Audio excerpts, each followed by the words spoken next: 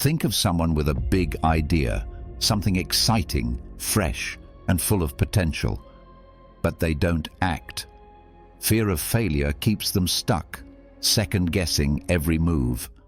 What if it doesn't work? What if people judge? What if everything falls apart? This fear is common. It stops people from chasing dreams, starting businesses, or even speaking up. In today's fast-changing world, many feel it, especially when leaving stable jobs, launching something new, or sharing their ideas. But fear doesn't have to win. Stoicism offers practical tools to face it. This ancient philosophy teaches us to focus on what we can control, our choices, actions, and mindset, and let go of the rest. As Seneca said, we suffer more in imagination than in reality. Failure isn't the end, it's part of the process. NASA's Mars missions, Elon Musk's journey, and countless others prove this. Every mistake teaches something vital. The Stoics used simple practices like visualizing setbacks, showing gratitude, and building discipline. These helped them stay calm, focused, and brave. This guide gives you 35 of those strategies, clear, powerful ways to face fear, act with purpose, and move forward with confidence. With the right mindset, failure becomes a teacher, not a wall. So write it down now, and let's begin. Number 1. Shrink your fear by changing your perspective. Stop, breathe, and look around you. You're afraid. You feel stuck. You don't know if you'll succeed or if you'll mess it all up. That fear in your chest, it feels big, heavy, like it owns you. But let me ask you something. Have you ever tried to see your fear from far away? Have you ever stepped outside your head, looked at yourself from a distance, and asked, is this really that big of a deal? The Stoics had a way of doing that. They called it the view from below, a simple shift in perspective that changes everything. It means zooming out from your current situation. Zooming out until you see the truth, that your fear is not as big as it pretends to be, that most of the things you worry about will not matter in the long run, that you are stronger than your fear because you can observe it. So, do it now. Picture yourself from above, you standing in your room, on your street, in your city. Now, zoom out again. Picture the earth. Picture your small corner of it. How small is your fear now? How big is your failure now? In the grand scheme of things, is it really that terrifying? Or is it just a moment, a blip in a much bigger picture? You see, fear feels huge when you're too close to it. It fills your vision, it clouds your mind. But when you step back, when you create distance, you gain clarity. You see that fear is just a thought, a guess, a prediction, and most of the time, it's wrong. Marcus Aurelius understood this. He reminded himself often that he was just a small part of the universe, that his problems, his pressures, even his pain, were temporary and small compared to the vastness of life itself. He wasn't minimizing himself. He was freeing himself. Because when you realize how little control you have over the world, you also realize that fear doesn't deserve the control it has over you. Ask yourself, what am I afraid of today? Say it out loud. Then step back, zoom out. Will this matter a year from now? Will it matter in 10 years? Will it matter when you're at the end of your life, looking back at the chances you didn't take? No, it won't. So why let it own your mind now? Try this next time fear creeps in. Pause. Close your eyes. Visualize the earth. Picture yourself on it, small but still standing. Then look at your fear. Watch it shrink. Watch it lose its grip. This is not about denying your fear. It's about shrinking it down to its real size. The fear of failure, the fear of being judged, the fear of falling short. It only grows because you let it sit too close to your heart. Push it back. Put it in perspective. Most people never do this. They let fear scream in their face and they obey. But you won't. Not anymore. From now on, when fear shows up, you will respond with a new habit. Distance. You will not react. You will reflect. You will zoom out. And then you will act. Not because the fear is gone, but because it is no longer in charge. This is the mindset of someone who moves forward. Someone who refuses to be ruled by anxiety or self-doubt. This is what makes you strong, not because you don't feel fear, but because you see through it. So remember this: when your mind makes a problem feel too big to handle, shrink it. Don't shrink yourself. Shrink the fear. Look at it from above, from a distance, from the eyes of someone who knows they have one life to live and no time to waste running from imaginary battles. Every time you zoom out, you gain strength. Every time you put your fear in its place, you rise. That's the power of the view from below. Use it, trust it, and take your next step with clarity. Number 2, see every challenge as training, not punishment. Let's be real. Life hits hard sometimes. You try your best, and still things go wrong. People let you down. Plans collapse. You fail even when you gave everything. And when that happens, it's easy to ask, why me? It's easy to feel like life is against you, like you're being punished. But the Stoics saw it differently. They believed you are not being punished, you are being prepared. You are not a victim, you are a student. You are not cursed, you are being tested. Life is not doing this to destroy you. Life is doing this to build you. Imagine this. You are the universe's test subject.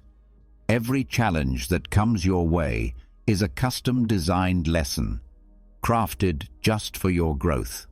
Not to break you, but to shape you, to make you better, stronger, wiser. Marcus Aurelius wrote, "The impediment to action advances action. What stands in the way becomes the way." That wasn't just a nice quote. It was how he lived. When something hard happened, he didn't ask, "Why me?" He asked, "What is this training me for?" And you must do the same. Every hard moment is an opportunity. When you fail, it's training for humility. When you're rejected, it's training for resilience. When you're judged, it's training for confidence. When you're delayed, it's training for patience. When you're afraid, it's training for courage. You are in the arena. Life throws the punches not to knock you out, but to make sure you can take them and keep moving. So next time something goes wrong, don't say, "This isn't fair." Say, "This is the test." And remember, nobody grows strong in comfort. Comfort makes you soft. Difficulty makes you sharp. You want to conquer fear of failure? Then you need to stop seeing failure as the enemy. Start seeing it as a coach, a lesson, a drill designed to make you unshakable. This mindset changes everything. You stop reacting like a victim. You start responding like a warrior. You stop breaking down. You start building up.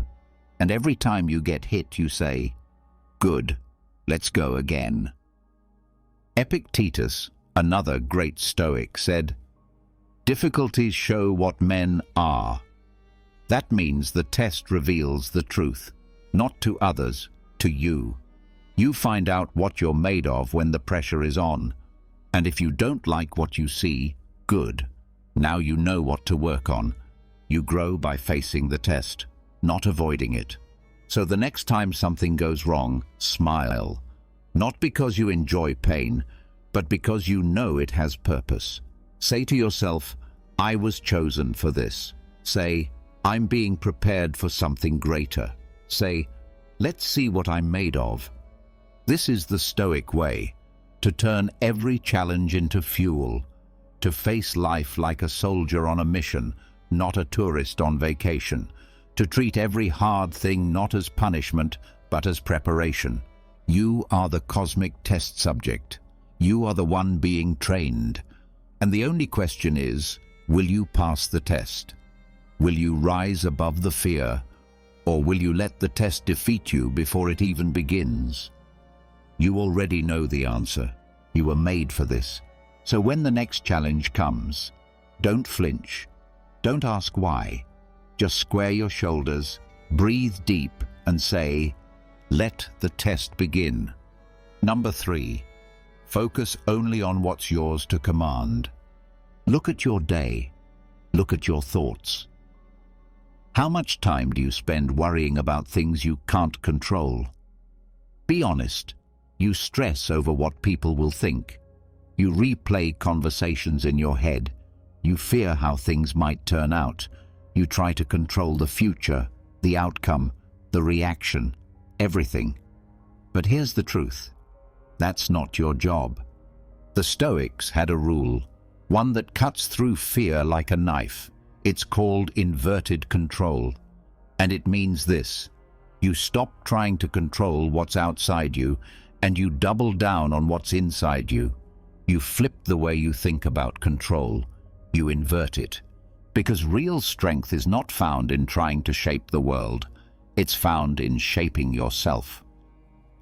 Epictetus said it simply: some things are up to us, and some things are not. That's the line. That's the boundary. And crossing that line, trying to control the uncontrollable, is where stress, anxiety, and fear are born. Let's make it clear. You don't control the weather. You don't control what other people say. You don't control if the world applauds or criticizes. You don't control the outcome, but you do control your effort. You control your thoughts. You control your attitude. You control your response. That's where your power lives. Right there. Fear of failure grows when you confuse what's yours with what isn't. You fear trying because you think the outcome defines you, but it doesn't. What defines you is your action, your courage, your discipline, not the result. So let go of the rest. Let go of what happens next. Let go of whether you succeed or fail. Let go of how people react. All of that is outside the line. You're not weak for letting go. You're wise. This is what the Stoics knew. When you try to control everything, you end up controlling nothing. But when you focus only on what's within your reach, you become powerful, steady, clear. This is what inverted control teaches you. It says, flip the focus. Don't ask, how do I make this work? Ask, what can I do today that is fully mine to do? Then do it, with full heart, with full strength, without needing applause or reward. When you start a project, don't cling to the outcome. When you speak your truth, don't try to control who agrees. When you train, study, grow, don't obsess over the scoreboard. Let all of that go. It's not yours. The action is yours. The mindset is yours. The effort is yours. And that's more than enough. The Stoics weren't trying to win over the world. They were trying to win over themselves. That's the only victory that lasts. The only one you truly own. So when fear creeps in, when your mind starts racing with what-ifs and worst-case scenarios, pause. Draw the line. Ask, is this mine to control? If the answer is no, drop it. If the answer is yes, focus fully. This simple practice will give you peace. More than that, it will give you power. Because now, You're not wasting energy on shadows. You're not chasing things that aren't yours. You're not burning out trying to fix what isn't broken. You're centered. You're focused. You're in command of what really matters. This is not a trick. It's not wishful thinking. It's training, daily mental discipline. And it works. So take this idea and live it. Write it down. Remind yourself often, what is mine to control? And every time fear rises, answer that question. Then act on that, and only that. That's how you move forward with strength. That's how you become unshakable. Number 4, let go of labels and free yourself to grow. Who are you? Really, who are you when no one's watching? Are you the title on your resume? The follower count on your profile? The role you play at work, at home, in your circle? Or are you something deeper, something that doesn't change every time the world does? The truth is, most fear comes from trying to protect an identity. You're afraid to fail, not just because of the result, but because failure threatens how you see yourself. Or worse, how others see you. But here's the thing, that identity, it's made up, it's fragile, and most of it isn't even yours, it's borrowed. The Stoics knew this. They understood that the more attached you are to your image, your status, your ego, the more fear will control you. And the more you can detach from labels, the freer you become. This is identity suspension, the practice of letting go of who you think you are so you can become who you actually are. Let's break it down. You say, I'm a winner. Sounds good, until you lose. You say, I'm a leader. But what happens when you make a mistake? You say, I'm smart. But then you mess up, and suddenly you're shattered. See the trap? When your identity is built on fragile labels, failure feels like death. You don't just fail at something, you feel like you failed at being someone. And that's the kind of fear that paralyzes. So, what's the answer? You let go. You suspend the identity. You stop trying to be someone and start focusing on doing the work. You stop protecting your image and start sharpening your character. You stop proving and start improving. Epictetus said, don't explain your philosophy, embody it. In other words, stop trying to look like the thing, just be the thing. You don't need to tell the world who you are. You just need to show up and act like it. This doesn't mean you don't have values. It means your values aren't tied to status. They're tied to actions. You are not a successful person. You are someone who works hard today. You are not a fearless leader. You are someone who chooses courage in this moment. You are not a Stoic. You are someone practicing resilience right now. See the shift? You go from being fragile to being fluid. You go from holding on to moving forward. You go from fearing failure to learning from it. Because if you don't need to defend a title, you don't need to fear losing it. And that frees you. Suspend the identity. Be the student, always. Every time you try something new, release the need to be good. Every time you fall, release the shame of not living up to the label. Every time you face fear, release the story of who you should be, and just respond with action. This isn't about lowering standards, it's about raising the bar for honesty. You don't need to be impressive, you need to be real, focused, committed to the work. That's where growth lives, that's where fear fades. So the next time your mind says, "What will people think of me if I fail?" answer it with this: I'm not here to protect an image, I'm here to practice a principle. Let go of the costume, step into the truth. You are not a brand. You are a human being, learning, growing, moving forward. That's enough. And that's how you beat fear. Not by pretending to be more, but by releasing the need to pretend at all. Number 5. Provisional life mindset. Stop waiting. Start living. How many times have you said to yourself, "I'll do it later," or "It's not the right time yet"? How many days, weeks, or even years have slipped through your fingers while you waited? For the perfect moment, for more confidence, for some sign that now is finally the time to begin. You might not realize it, but this mindset, the quiet belief that your real life hasn't started yet, is one of the biggest traps holding you back. The Stoics knew it well. They called it living in a provisional life, a life where everything is temporary, everything is on pause, and nothing truly begins. You keep pushing your purpose, your goals, your courage into the future.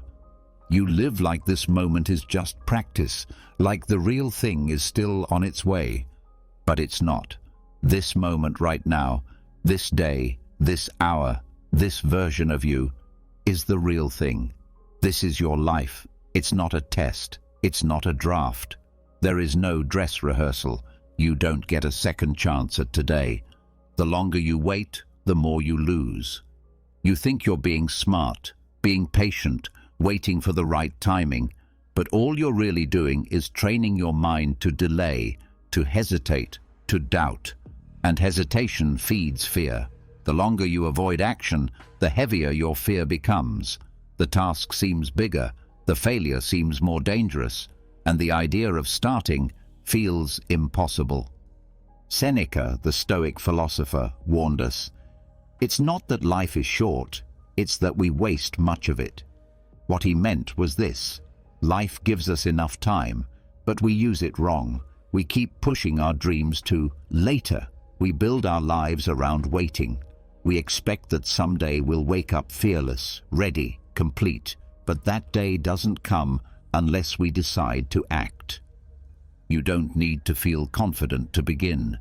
You need to begin to feel confident. You don't need to wait until everything is perfect. You need to move while things are still uncertain. Growth doesn't come from planning. It comes from doing. And failure? It's not the enemy. It's part of the path. The Stoics lived with urgency, not anxiety, urgency. They knew that death was not far, that time was not guaranteed, so they acted. Marcus Aurelius reminded himself every day, "You could leave life right now. Let that determine what you do and say and think." Not to scare himself, but to stay focused, to live fully, to stop wasting time pretending tomorrow is promised. And you must do the same. Stop waiting for the fear to disappear. It won't. Stop waiting for everything to feel comfortable. It never will. The only way to build courage is to start, even if your hands shake. The only way to build momentum is to take the first step, even if it's small. You don't need to become a new person to begin. You just need to stop delaying. There's no perfect version of you coming to save you. There's no perfect day arriving in the future where everything lines up. That fantasy is how fear tricks you into staying still. That fantasy is how your dream slowly dies. So when that voice inside says, "Let's wait just a little longer," answer it clearly. "No, I've waited long enough." Because this is it. This is the time. This is the version of you that needs to act. Not tomorrow, not later, now. No more excuses, no more delay, no more provisional life. You're not preparing for your life. You're living it, right here, right now, and it's time to move. Number 6, make fear ridiculous, and it loses its grip. Fear has a secret weapon. It takes itself too seriously. It whispers in your mind like it's a voice of truth. It paints dark pictures, dramatic scenes, worst-case scenarios that feel so real you start to believe them. And once you believe them, you freeze, you stop, you avoid, you shrink. But what if you laughed? What if instead of letting fear act like some wise advisor, you exposed it for what it really is? A bad storyteller with a flair for the dramatic. The Stoics had a method for this, and it's simple. Take the thing you're afraid of and parody it. Make it absurd. Drag it into the light. Turn it into a cartoon, a joke, a movie scene that's so over the top it breaks its own spell. You're afraid to fail? Okay, let's look at it. You give a bad presentation. Your slides crash.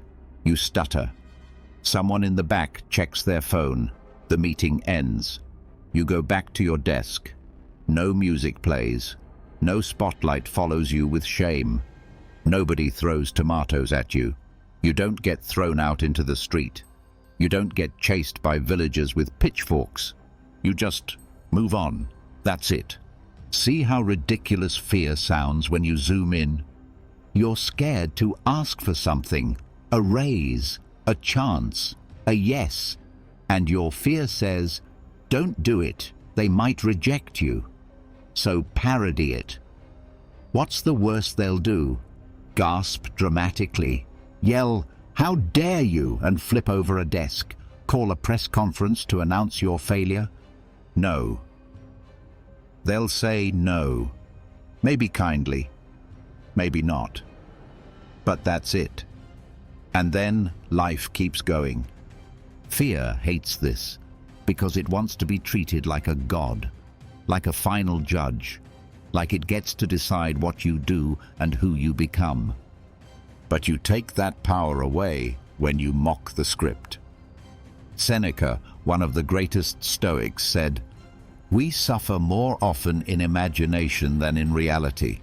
He wasn't saying fear is silly. He was saying it becomes silly when you face it directly, when you stop letting it live in the shadows, when you stop treating it like prophecy and start treating it like what it really is, exaggeration.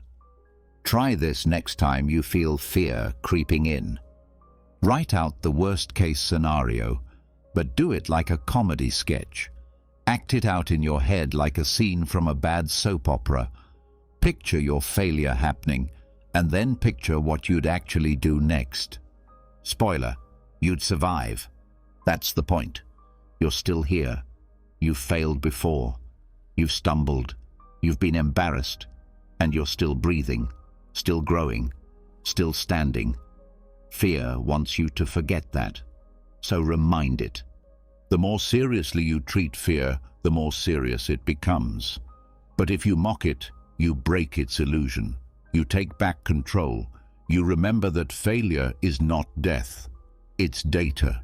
It's training. It's part of the path. So from now on, don't run from the worst-case scenario. Drag it into the open. Shine a spotlight on it. Laugh at it if you have to. Say to yourself, oh no, I'll try something and it won't work. And then I'll be human? Exactly. Failure doesn't make you worthless. It makes you real. Embarrassment doesn't make you weak. It makes you visible. Fear doesn't mean stop. It means pay attention. And then keep going anyway. So next time fear shows up with its dramatic voice and heavy tone, smile. Say, nice story, now let's get back to work. That's the power of parody the worst. And it works every time. Number 7, make effort your habit, not outcome your obsession. Think about how most people approach action. They tie it to success. They try once, maybe twice, and if they don't win, they stop. They say, it didn't work, or maybe I'm not meant for this. Why? Because they're obsessed with the result, with validation, with getting it right now. But the Stoics had a better way. They didn't measure their lives by wins. They measured by effort, by repetition, by showing up again and again, no matter the outcome. This is the idea of ritualizing attempts. It means you don't just try when you feel inspired. You don't just move when it feels easy. You build effort into your identity.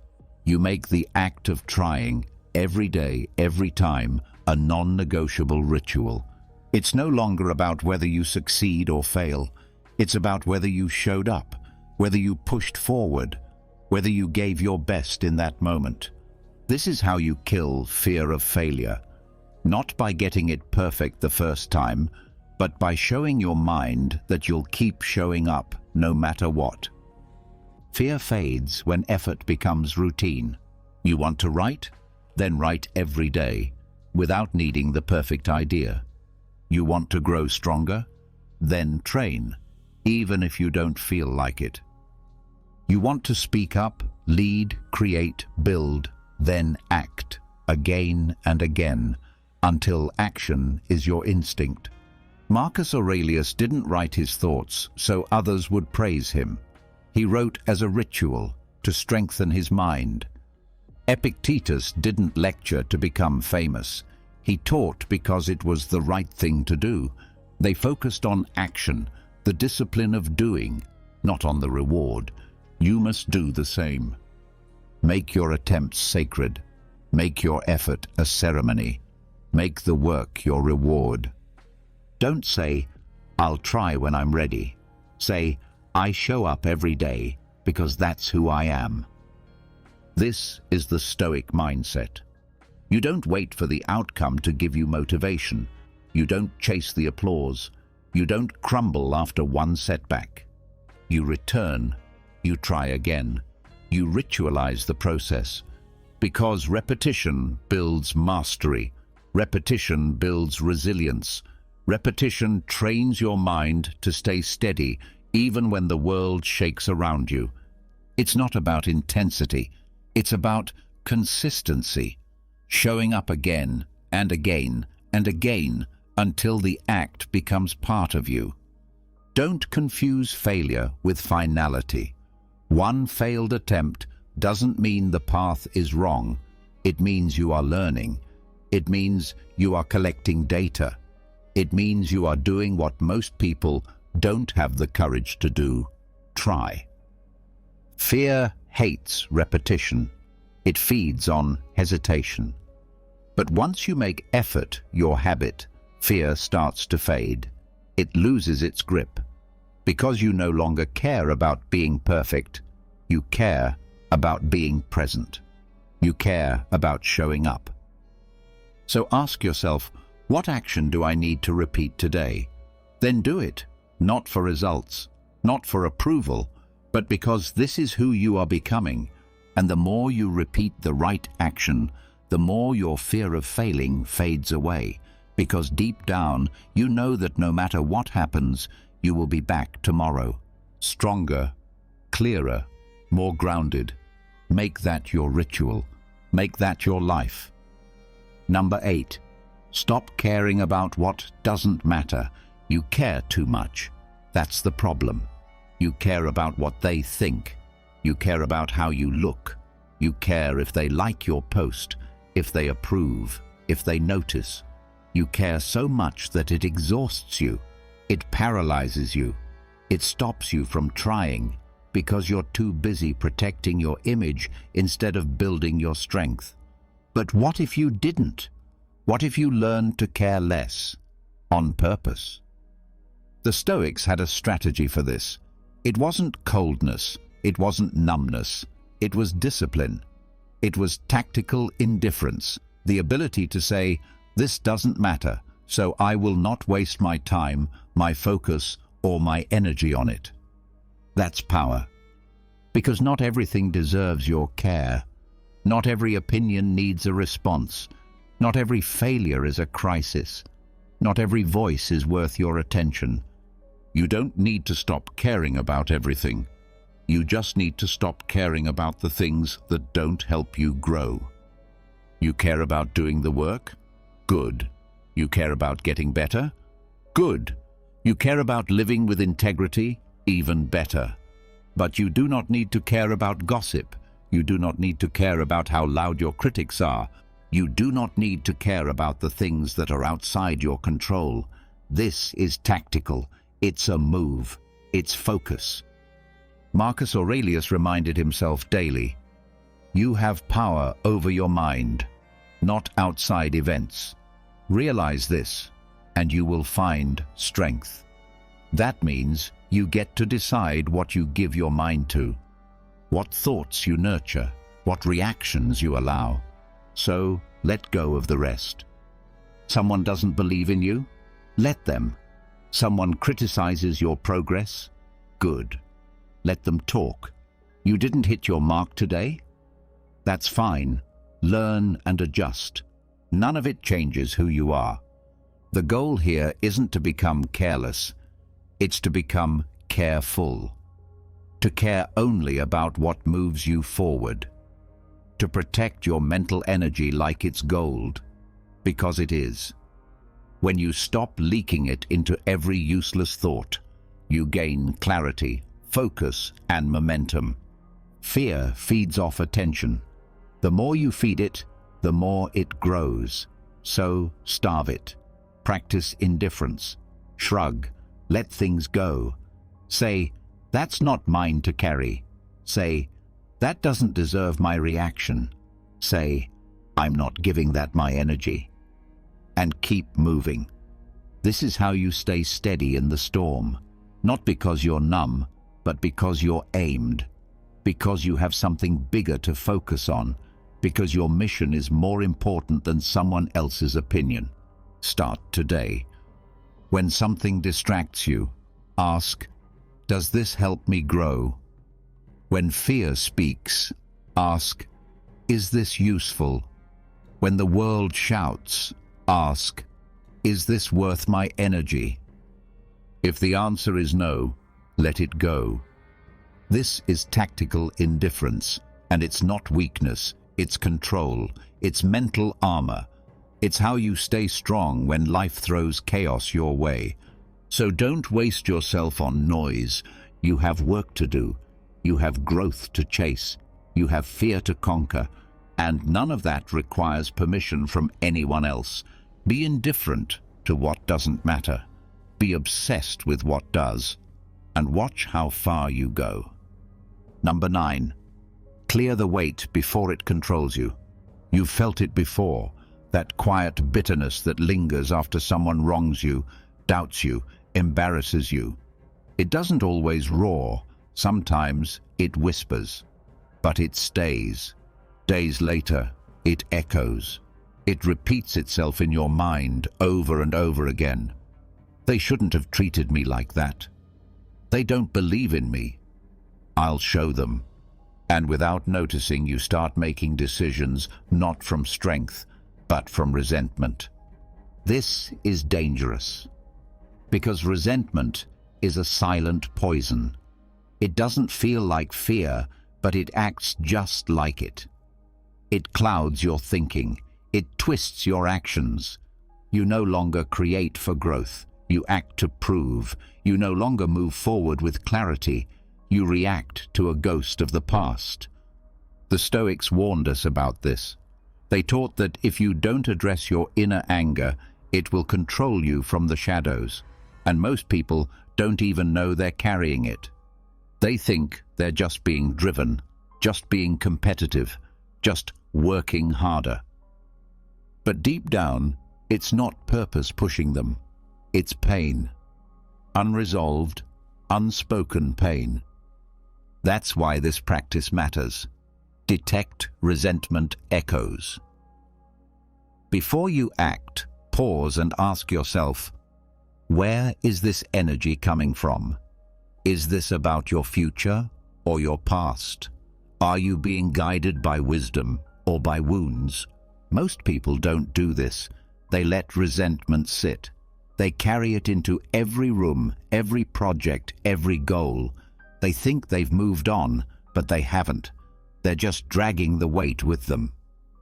Seneca said, "He who suffers before it is necessary suffers more than is necessary." The same is true of anger. You think it fuels you, but it burns you from the inside out. So, how do you detect the echo? Listen to your thoughts. Pay attention to the tone.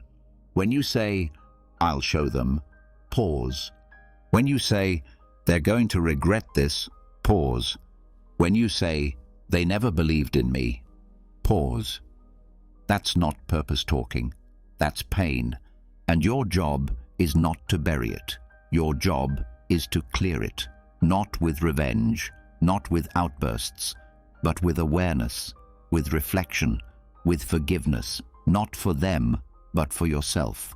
So you can stop carrying it, so you can move freely again. The goal is not to be unbothered. The goal is to not be bound.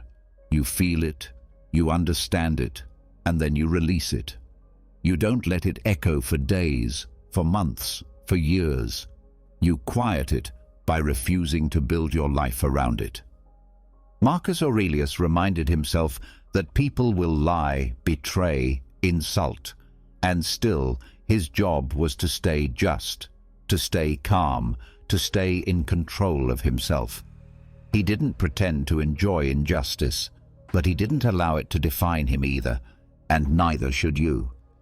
So before you chase success, ask yourself, is this movement coming from peace or from poison? Because resentment wears a disguise. It looks like hustle, it looks like drive, but it's hollow, and it will leave you empty. Catch the echo, name it, then let it go. Not because they deserve it, but because you do. You deserve a clear mind, a steady heart, a purpose that isn't tangled in the past. So clear the resentment.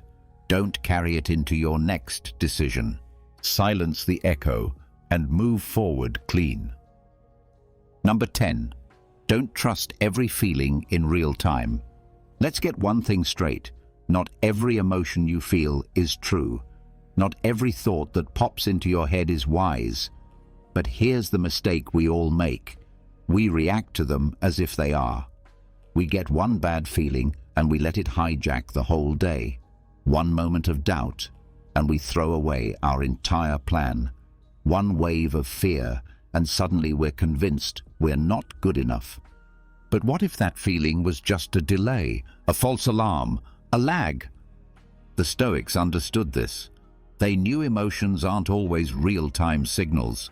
They're often leftovers from yesterday's stress, last week's failure, or old fears trying to catch up with your current self.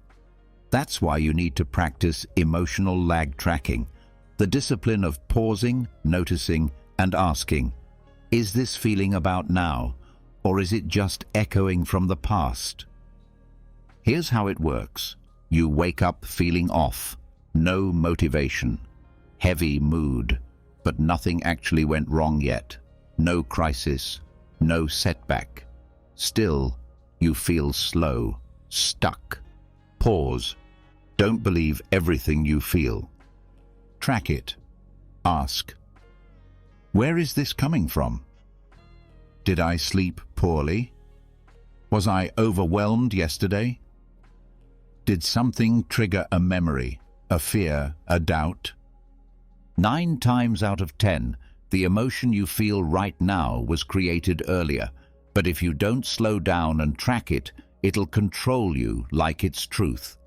Emotional lag is real. It's like muscle soreness after a hard workout. The pain comes later, but it doesn't mean you're broken. It means you're healing. The same goes for your mind. Sometimes your fear today is just your brain still processing a mistake you already fixed. Sometimes your anger today is just stress from something that no longer matters. And if you can see that, if you can create even a small space between the feeling and your reaction, you win. That's the Stoic move. Pause before you respond. Marcus Aurelius practiced this constantly. He wrote to himself, "Today I escaped anxiety," or no, I discarded it. He realized he wasn't escaping a real threat. He was choosing to let go of an emotion that didn't serve him. You can do the same. Next time fear rises, don't panic. Next time self-doubt whispers, don't obey. Next time you feel like quitting, don't trust that feeling right away. Instead, ask, is this from now or is this from before? Is this a signal or just a shadow? Is this helping me or holding me back? When you get good at this, everything changes. You stop reacting blindly. You stop mistaking mood for meaning. You stop letting temporary emotions create permanent regret. You become deliberate, grounded, in control. That's what emotional lag tracking gives you. So write this down, memorize it, repeat it when the storm hits. Feelings are not facts. Pause, track, choose. That's how you stop fear from driving. That's how you lead yourself. That's how you stay on course, no matter how you feel in the moment. Don't let old emotions control your new decisions. Don't let mental noise drown out your purpose. Stay aware, stay steady, stay sharp.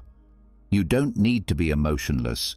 You just need to stop being led by emotions that are already out of date. Number 11. Sharpen yourself through resistance, not praise. Think about a sword, a real one. Not the kind you hang on a wall, but the kind forged for battle. It's not made in silence. It's made in heat. It's shaped by fire. And most of all, it's tested by pressure, by impact, by resistance. Now think about yourself. You want to grow. You want to get better. You want to become stronger, clearer, sharper. But how do you expect that to happen if you avoid the things that challenge you? If you run from criticism, hide from difficulty, and only do what feels good? The Stoics had a way of seeing life. They believed you only become who you're meant to be when you're tested, truly tested, not praised, not protected, tested. This is the sword test. And here's how it works. Every obstacle you face, every time someone doubts you, every moment that doesn't go your way, that's not proof that you're failing. That's proof you're in training. That's life sharpening you. You don't become resilient by reading about resilience.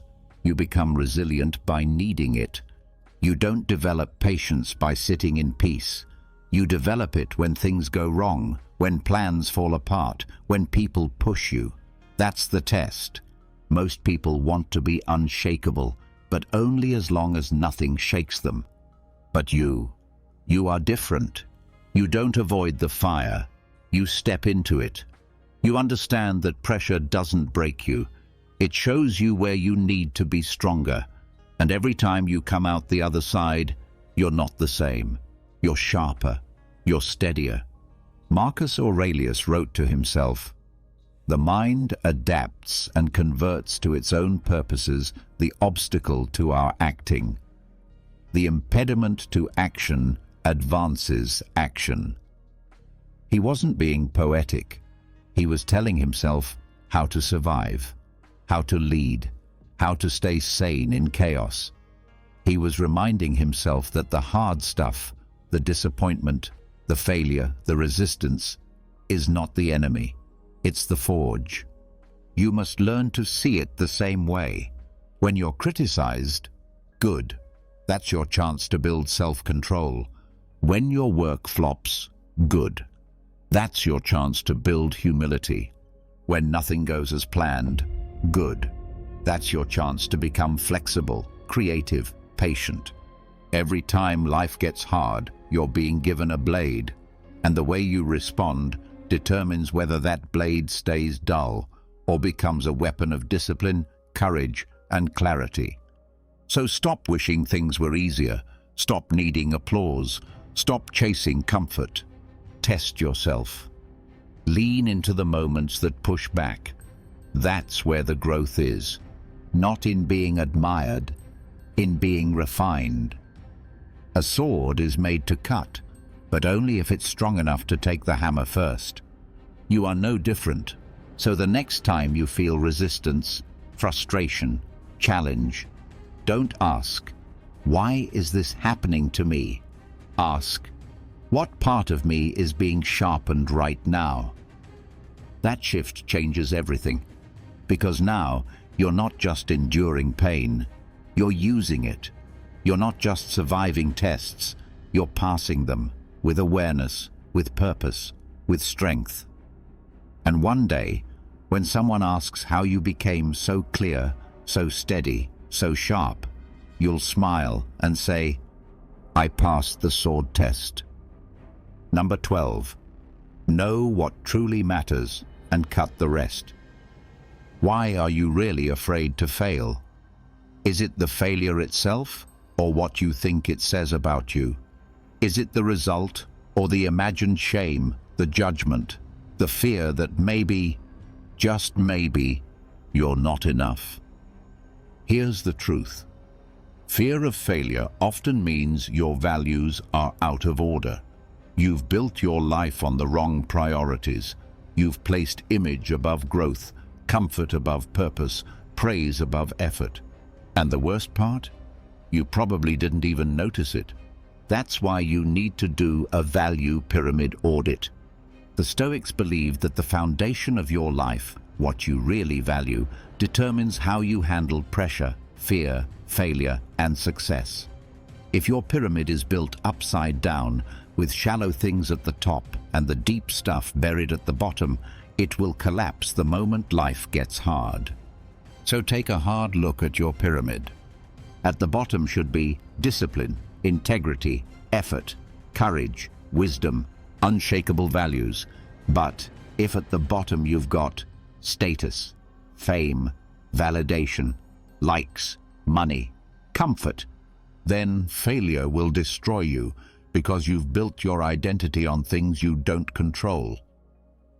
Seneca said, "He is a great man who uses earthenware dishes as if they were silver, and silver as if it were earthenware." What does that mean? It means don't place more value on things than they deserve. Don't worship what is temporary. Don't fear losing what's shallow. Audit your values ruthlessly. Ask yourself, if I lost everything visible, would I still be someone I respect? If no one clapped, would I still show up? If I failed publicly, would I still stand tall knowing I lived with principle? If the answer is no, it's time to rebuild. A strong value pyramid puts virtue first. It says, I value doing the right thing over looking good. I value effort over results. I value showing up over showing off. I value growth, even if it's messy, slow, and silent. This mindset makes you fearless, because when you value the right things, failure loses its power. You didn't get the promotion? Fine, you gave your best. You launched something and no one noticed? Fine, you learned. You tried, fell short, and people laughed? Fine, you stayed true to yourself. That's what matters. That's what lasts. So, do the audit. Write your values down. Rank them. Be honest. What do you claim to care about? What do your actions show you really care about? And if they don't match, fix it. Flip the pyramid. Build on the solid ground. Every time fear rises, it's a test of values. Do you value peace or approval? Do you value mastery or attention? Do you value being useful or being liked? Only one set makes you unshakable. So, here's your new daily question.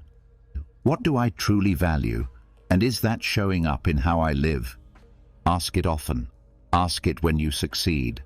Ask it when you fail. Because when your pyramid is solid, failure won't break you. It'll build you. And that's the Stoic way. Number 13. Break the story that's been holding you back. You've failed before. You've hesitated. You've quit. You've backed away from opportunities. And now a quiet story follows you wherever you go. A voice in your head says, "You always do this. You're not the type to finish." Remember the last time? That voice, that story, isn't just memory. It's precedent, a pattern your mind has accepted as truth. And every time you try to grow, to act, to change, it drags that precedent into the present and holds you back. But the Stoics had an answer for this. They believed that you are not chained to your past. They believed that today is a new battle, and you are not the same soldier. They believed that identity is not built on what you were, but on what you choose to do now. This is precedent dismantling, the act of breaking the old narrative, destroying the mental chain that says your past failures define your future. It's not about pretending the past didn't happen. It's about refusing to live under its shadow. Just because you gave up once doesn't mean you're a quitter. Just because you panicked last time doesn't mean you're weak.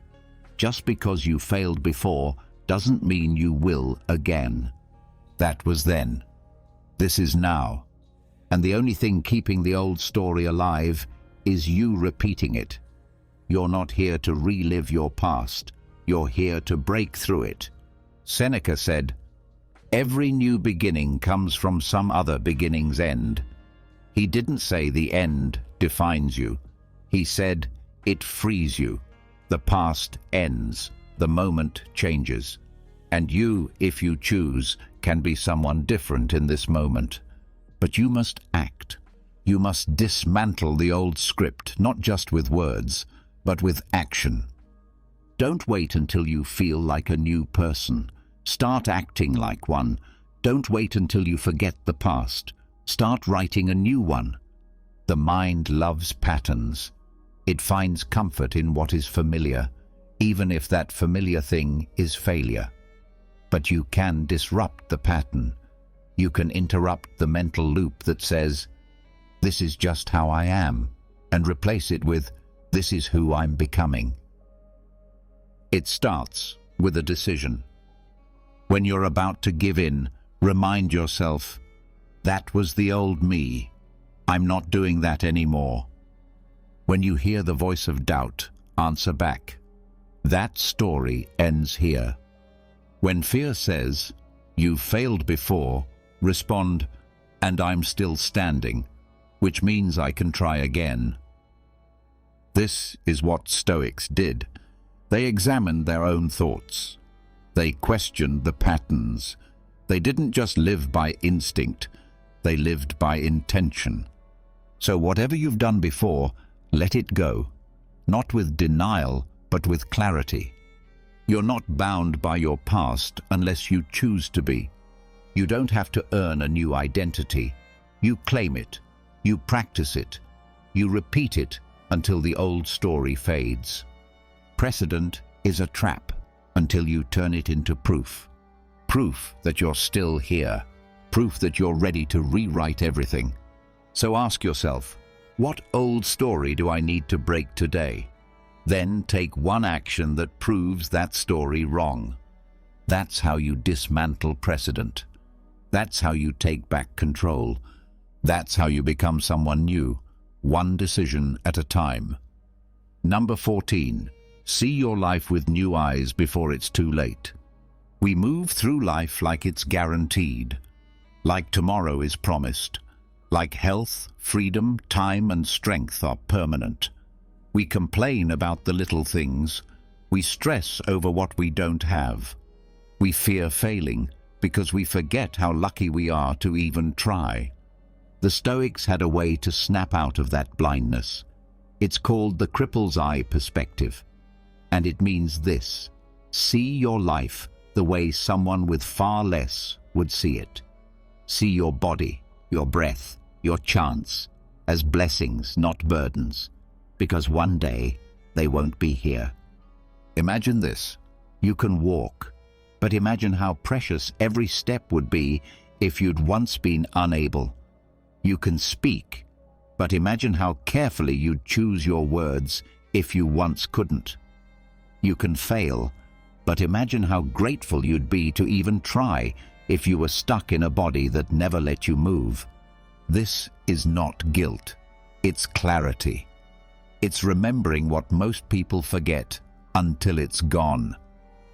Marcus Aurelius wrote, "You could leave life right now. Let that determine what you do and say and think." He wasn't trying to scare himself. He was reminding himself every day of the miracle of now, the miracle of capacity, the miracle of choice. Because once you see your life through the eyes of someone who can't, you stop wasting it with fear. You're afraid to fail. Someone out there is praying for the chance to try and fail because they can't even begin. You're scared of judgment? Someone out there has no voice, no audience, no platform, and they still find peace. You want to quit because it's hard. Someone would trade their hardest day for your worst one, just to stand, just to speak, just to act. So pause, look again, strip away the noise. What you have is rare, precious, borrowed, and you honor it by using it fully. This is the cripple's eye perspective, to see life the way the suffering would see it, so you don't take it for granted. It's not about pity, it's about presence. Look at your hands. You can build, you can create. Look at your legs. You can move, you can climb. Look at your mind. You can learn, you can grow, you can decide. So, what are you doing with that gift? Are you using your strength to run toward your purpose? Or are you letting fear talk you into hiding? Are you using your time to create something meaningful?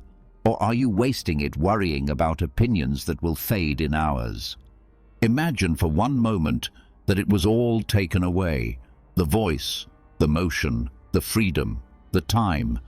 What would you wish you had done when you still could? That's what you must do now. This perspective is your weapon against fear, because fear loses power when gratitude rises, because you don't fear failing when you're too focused on the gift of trying. So when you're scared, pause. Look at your life through the cripple's eye and say, "I still can, so I will." That's how you move forward, with perspective, with urgency, with deep, grounded strength, because you've seen what most people ignore. And now, there's no going back. Number 15. Break fear apart until nothing is left. Fear feels big. It feels solid, unshakable, like a wall you can't climb over. But what if that wall isn't real? What if fear only pretends to be strong because you never stop to question it? That's what the Stoics understood. They knew that most fear isn't based on truth. It's based on assumption, on vague emotional predictions about the future. And because we never slow down to inspect those predictions, fear controls us. It wins by default. That's why you need a method, a mental technique to destroy fear at its roots. This is called the logical collapse sequence. Here's how it works. You take the fear in your mind and you break it down, piece by piece, until it falls apart under the weight of reason. It starts with a question. What am I really afraid of? Say it clearly. Define it. Most people don't. They keep fear blurry because a blurry fear feels overwhelming. But when you name it, when you drag it into the light, something changes. It shrinks. Then ask, if that happens, then what? Go deeper. If I fail the presentation, then what? I'll be embarrassed. Okay, then what? People might talk. Then what? They'll forget in a week. Exactly. You keep going, step by step, layer by layer, until the emotion collapses under logic. You'll find that most of your fear leads nowhere. Most of your worst-case scenarios end in discomfort, not destruction. Most of your imagined disasters are just that, imagined. Epictetus said, "It's not things themselves that disturb us, but our opinions about them." This is what he meant. Fear is not the event. Fear is the story you tell yourself about the event. So change the story, interrogate the story, pull it apart like a scientist. Ask, is this likely? Is this permanent? Has this happened before, and did I survive? Is this fear helping me or just freezing me? Fear wants you to believe it's final, that if you fail, everything ends. But logic reminds you, most of the time, failure is just a step, just data, just part of the process. The logical collapse. Sequence isn't about being fearless, it's about being honest. It's about stripping away the drama and getting to the truth. Because once you realize your fear is built on shaky ground, you stop being controlled by it. You don't need to feel brave. You just need to see clearly and then move. That's the Stoic way. To stand in front of fear, not with blind confidence, but with clarity, calm, reason, strength that comes not from hype, but from honesty. So the next time fear grabs your chest, don't run, don't react. Pause, breathe, ask the first question. What am I really afraid of? Then walk the sequence, pull it apart. Keep asking until the fear crumbles, until it loses its mystery, until it loses its power. And then step forward, quiet, controlled, clear. Because when fear collapses, courage takes its place.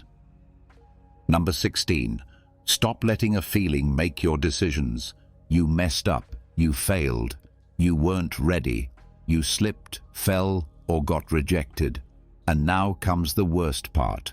Not the failure itself, but the shame that follows. That burning feeling in your chest, the voice in your head saying, "You're not good enough." But here's the truth. That voice isn't wise. It's not a teacher. It's not even accurate. It's just bad logic. The Stoics knew something most people forget. Shame is not proof. It's not truth. It's just an emotion, a signal. And sometimes that signal is completely wrong, misfired, out of date, driven by ego or by other people's expectations. That's why you must learn to see shame not as a sign to stop, but as a sign to question. Because here's what shame really says. I failed, therefore I am a failure. I was embarrassed, therefore I am embarrassing. I was judged, therefore I deserve that judgment. See the pattern? It's broken logic. It takes one moment and turns it into a full identity. And that lie is what holds you back, not the failure, the lie about what it means. You must break that link. You failed? So what? That's data, that's experience, that's part of learning. You looked foolish? Welcome to growth. Everyone who tries looks foolish at some point. You felt judged? Good. That means you were visible. You showed up. Marcus Aurelius never said, "Don't feel shame." He said, "If it's not right, don't do it. If it's not true, don't say it." In other words, if you're living in line with your values, don't let emotion override reason. So ask yourself, is this shame based on truth or just fear? Am I letting a feeling erase the effort I've made? Would I speak to someone I love the way I speak to myself right now? If the answer is no, then stop, step back, see the logic. Shame often exaggerates. It distorts. It turns a stumble into a sentence. And that is not Stoic thinking. The Stoics used reason to clean up the mind, and you can too. Here's how. Catch the shame. Name it. Feel it. Don't run from it. Challenge it. Ask, what did I actually do wrong? Not, what do I feel? What happened? Correct it. Make amends if needed. Learn. Adjust. That's it. That's all you owe. You don't owe shame your future. You don't owe it your voice. You don't owe it your potential. You only owe yourself one thing: clarity. When you remove shame from the driver's seat, you get your momentum back. You stop fearing mistakes. You start welcoming growth. You stop avoiding hard things just to protect your pride. You stop choosing silence over progress. And most of all, you start leading yourself with logic, not emotion. So the next time shame rises up after a failure, do this. Don't sink, don't hide, don't replay it 100 times in your head. Just say, "That was a mistake, but I'm not a mistake. Let's fix it. Let's move." Because that's what Stoics do. They don't let bad logic run their life. They question the feeling. They challenge the story. They move forward with reason, not regret. And so will you. Number 17. Expect injustice and stay unshaken. Life isn't fair. You know that. You've felt it. You've done the work and still got ignored. You've followed the rules and still got punished. You've watched others cut corners and get rewarded while you stayed honest and were overlooked. And in those moments, something inside you tightens. You think, why does it have to be this way? What's the point of doing it right if it doesn't pay off? But here's the truth. The Stoics knew well. Unfairness is not the exception. It's the baseline. It's the default setting of the world. The sooner you accept that, the less power it has over you. This is what unfairness baseline means. Building a mindset where you no longer react with shock when life doesn't go your way. You expect the chaos. You expect the bias. You expect the system to fail, people to betray, outcomes to fall apart. And you move forward anyway, because the moment you expect fairness, you give life the power to disappoint you. The Stoics didn't cry out when things went wrong. Marcus Aurelius, Emperor of Rome, was betrayed, opposed, and surrounded by power-hungry liars. And still he said, "You can decide not to be harmed, and you won't be." Injustice didn't shake him because he didn't expect the world to be just. He expected himself to stay just, no matter what. That's the shift. You stop measuring your peace by how fair things are. You start measuring your strength by how you respond when they're not. This doesn't mean you give up. It doesn't mean you stop caring. It means you stop needing the world to be perfect before you take action. Someone got promoted who didn't deserve it? Keep building your skill. Someone lied about you? Stay in your integrity. Someone crossed a line and faced no consequences? Don't let it turn you bitter. Why? Because your character is not controlled by the scoreboard. Your discipline is not tied to whether life is behaving. Your principles do not disappear because the world forgets to reward them. Most people give up when things feel unfair. They get stuck in resentment. They start to believe that honor, effort, and discipline are useless. And in that moment, they lose. Not because of the injustice, but because they let it change them.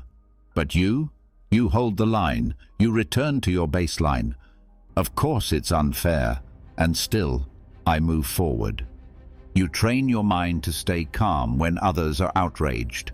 You train your emotions to stay cool when the system fails. You train your focus to stay sharp, even when the rewards go to the wrong people. Because this is what Stoicism is, not detachment from life, but invincibility in the face of it. A refusal to give your peace away just because life didn't go your way.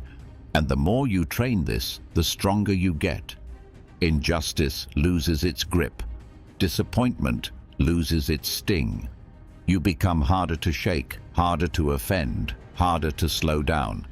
So from this day on, lower your expectations of the world. and raise your expectations of yourself. Expect resistance, expect setbacks, expect unfairness, but don't let any of it stop you. That's the unfairness baseline, and it makes you unstoppable. Number 18, stop aiming your worth at the wrong things. Every day, your ego is aiming at something. A goal, a title, a reaction, a win. It wants to feel important, validated, seen. And if you're not careful, it will quietly take control of your life, steering you toward things that look good on the outside, but leave you empty on the inside. The Stoics had a simple fix for this. Rotate the target. Move your focus from what feeds your ego to what feeds your character. That's ego-target rotation. Because when your ego is aiming at the wrong target, fear of failure becomes unbearable. Why? Because the cost feels personal. It's not just, I failed at something. It becomes, I am a failure. You've tied your worth to the outcome, and now you're terrified to lose. But you can break that cycle. Start by asking, what am I aiming for today? Praise, attention, status, followers, the win, or mastery, growth, discipline, service, truth? One path makes you fragile, the other makes you fearless. Seneca warned about this. He said, "Show me someone who isn't a slave. One is a slave to money, another to ambition, another to fear." What he meant was simple. If your self-worth is tied to external targets, you're not free. You're not in control. You're reacting, always chasing approval, always fearing rejection. So rotate the target. Instead of aiming for being right, aim for being honest. Instead of aiming for applause, aim for effort. Instead of chasing attention, aim for consistency. Instead of proving something to others, aim to prove something to yourself. Because when your ego aims at the wrong things, failure becomes shame. But when it's aimed at the right things, failure becomes feedback. It becomes part of the process, something to use, not something to run from. This is not about pretending the ego doesn't exist. It does. It always will. But you don't have to destroy it. You just have to retrain it. Show your ego a better target. Instead of trying to be impressive, be useful. Instead of wanting to be liked, be principled. Instead of chasing fast wins, build something that lasts. Every morning, check your aim. Ask, is what I'm chasing today making me stronger or just stroking my pride? If I fail at this, will I be proud of the effort anyway? Would I still do this if nobody noticed? If the answer is yes, you're aiming at the right thing. This rotation doesn't just protect you from fear, it unlocks your best work. Because now you're not working to be seen, you're working to get better. You're not afraid to fall because your worth isn't on the line, your character is. And that's something you can control. Let your ego want things that are under your power. Let it crave growth. Let it chase truth. Let it be proud of progress, not perfection. So next time fear hits and your ego starts panicking about how you'll look, what they'll say, or what you might lose, pause and rotate the target. Say, I'm not here to win approval. I'm here to win my own respect. And then act like it. That's the Stoic path. That's real strength. And the ego? It'll thank you later. Number 19. Catch the small choices shaping your life. Big failures don't usually come from one big mistake. They come from hundreds of small decisions made without thought. A skipped workout here, a delayed task there, a quiet excuse you whisper to yourself. It doesn't feel like much in the moment, but over time it builds. It becomes who you are.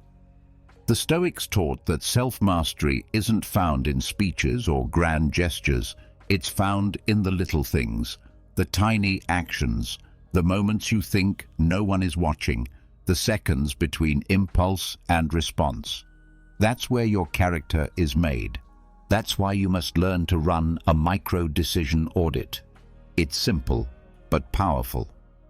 Throughout the day, start paying attention to the tiny decisions you usually ignore, the ones you make on autopilot, the ones that feel harmless, because those are the ones shaping your path. Do you hit snooze, or do you get up with purpose? Do you check your phone, or do you take a moment to breathe and think? Do you say, "I'll do it later," or do you act now? Each of these choices is small, but none of them are neutral. Every decision pushes you forward or holds you back. And most fear of failure doesn't come from huge risks. It comes from losing trust in yourself, from knowing deep down that your daily habits are not aligned with the life you want. That's why the audit matters. It brings awareness. It brings control. You stop living passively and you start making intentional moves. Marcus Aurelius reminded himself constantly, if it's not right, don't do it. If it's not true, don't say it. Simple, direct, immediate. He didn't wait until the end of the year to reflect. He watched himself in real time. You must do the same. Start asking, what am I choosing right now, and is it serving me? When you open the fridge, when you scroll on your phone, when you speak, when you choose silence, when you walk away, when you stay. Run the audit, not to shame yourself, not to be perfect, but to regain clarity, because every small choice is a vote, a signal, a direction. You don't rise or fall by accident, you drift there, one quiet compromise at a time. The audit helps you interrupt the drift, and the more you practice it, the sharper your awareness becomes. You catch yourself in the act, you adjust, you move, and soon you begin to trust yourself again. Not because you're flawless, but because you are paying attention. That's the secret. Fear fades when action aligns with intention. Doubt fades when small choices are made with clarity. So today, don't wait for a breakdown to wake up. Don't wait for a big failure to reset. Watch your micro decisions. Audit the quiet choices. And shape your life, one deliberate moment at a time. Number 20. Picture the fall so you can rise above it. You're afraid to fail. Everyone is. But the problem isn't failure itself. It's the way you avoid thinking about it. You try to block it out. You tell yourself it won't happen. You push it down and pretend you're safe. But that's exactly what gives fear its power. The Stoics had a better way. They didn't ignore fear. They studied it. They looked it in the eye. They visualized the fall before it came, so that when challenges arrived, they were already prepared. This is what flash failure visuals are for. It's a simple technique. You stop, and you intentionally imagine the worst-case scenario. Not to panic, not to scare yourself, but to take back control, to see the failure clearly, so you can respond with clarity, not fear. Let's say you're about to take a risk. Launch something, speak up, apply, show up, and the fear hits you. What if this all goes wrong? Instead of fighting that thought, flash it. Let it play out. Visualize the worst, the mistake, the embarrassment, the silence, the judgment. Then ask, and then what? You bomb the speech. People forget in 2 days. You get rejected. You learn something new. You fail publicly.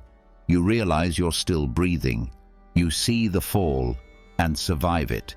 In your mind first, then in real life, if it happens. This is how you train yourself to stop overreacting, to stop freezing, to stop letting the unknown drive you into hesitation, because once you've imagined the fall, the fear loses its mystery. It loses its edge. Marcus Aurelius did this constantly. He reminded himself that he could be betrayed, injured, misunderstood, even killed, and yet he ruled with calm. Why? Because nothing could surprise him. He had already seen it, and he had already accepted it. When you run from failure, you become its prisoner. But when you visualize it, briefly, intentionally, and with control, you become its master. This is not pessimism, this is preparation. Don't dwell on disaster, don't obsess, just flash it. Quick, clear, honest, then focus. If this happened, could I handle it? Yes. Would it be ideal? No. Would it break me? Also no. And with that, you return to the present. Steady. You move forward, not because you're guaranteed success, but because you've already made peace with the worst. Fear hates clarity. That's why it hides in vague thoughts, in shadows, in silence. But when you turn the light on, it shrinks, it collapses, and you stand tall in the space where fear used to live. So before your next big move, stop for 1 minute. Picture the fall, flash the failure, accept it, own it, then act. Because the ones who win are not fearless. They are prepared. They have already failed in their minds and come back stronger. That's what flash failure visuals give you. A mind that's ready, a heart that's calm, a step that no longer shakes. Number 21. Turn every loss into proof of progress. Failure hurts. There's no pretending it doesn't. It stings. It shakes your confidence.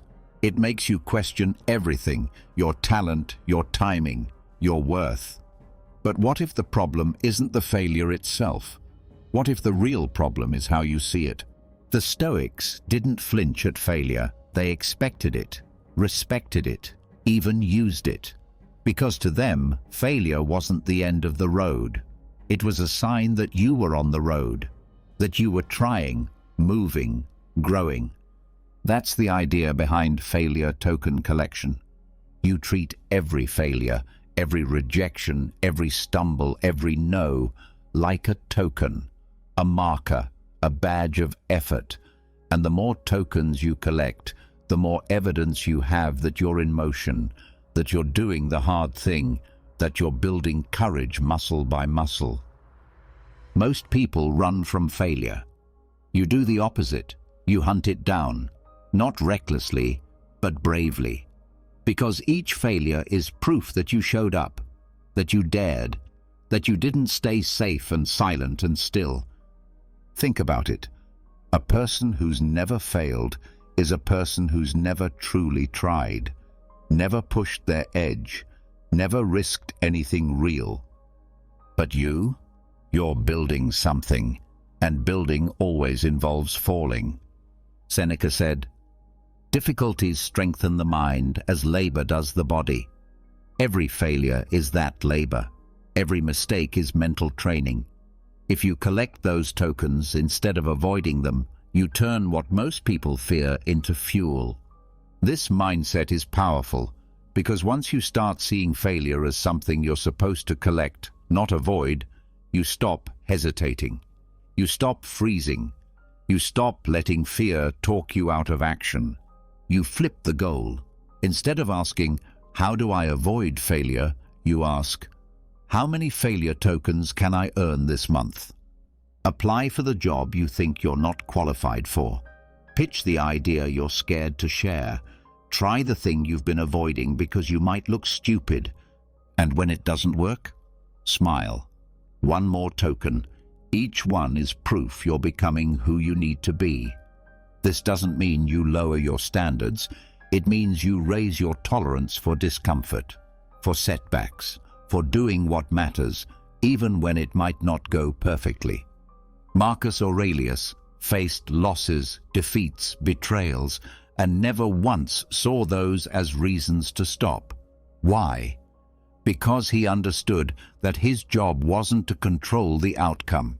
His job was to do the work, to act in alignment with principle, and to accept whatever came with clarity and courage. So that's your job too. Start keeping score, not of wins, but of attempts, not of applause, but of bravery. Make a list, fill a jar, use a journal, track your tokens.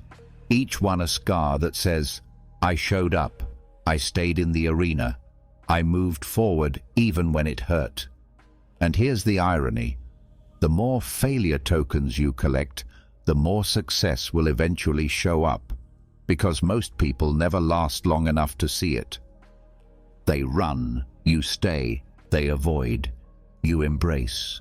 They fear failure, you turn it into strength.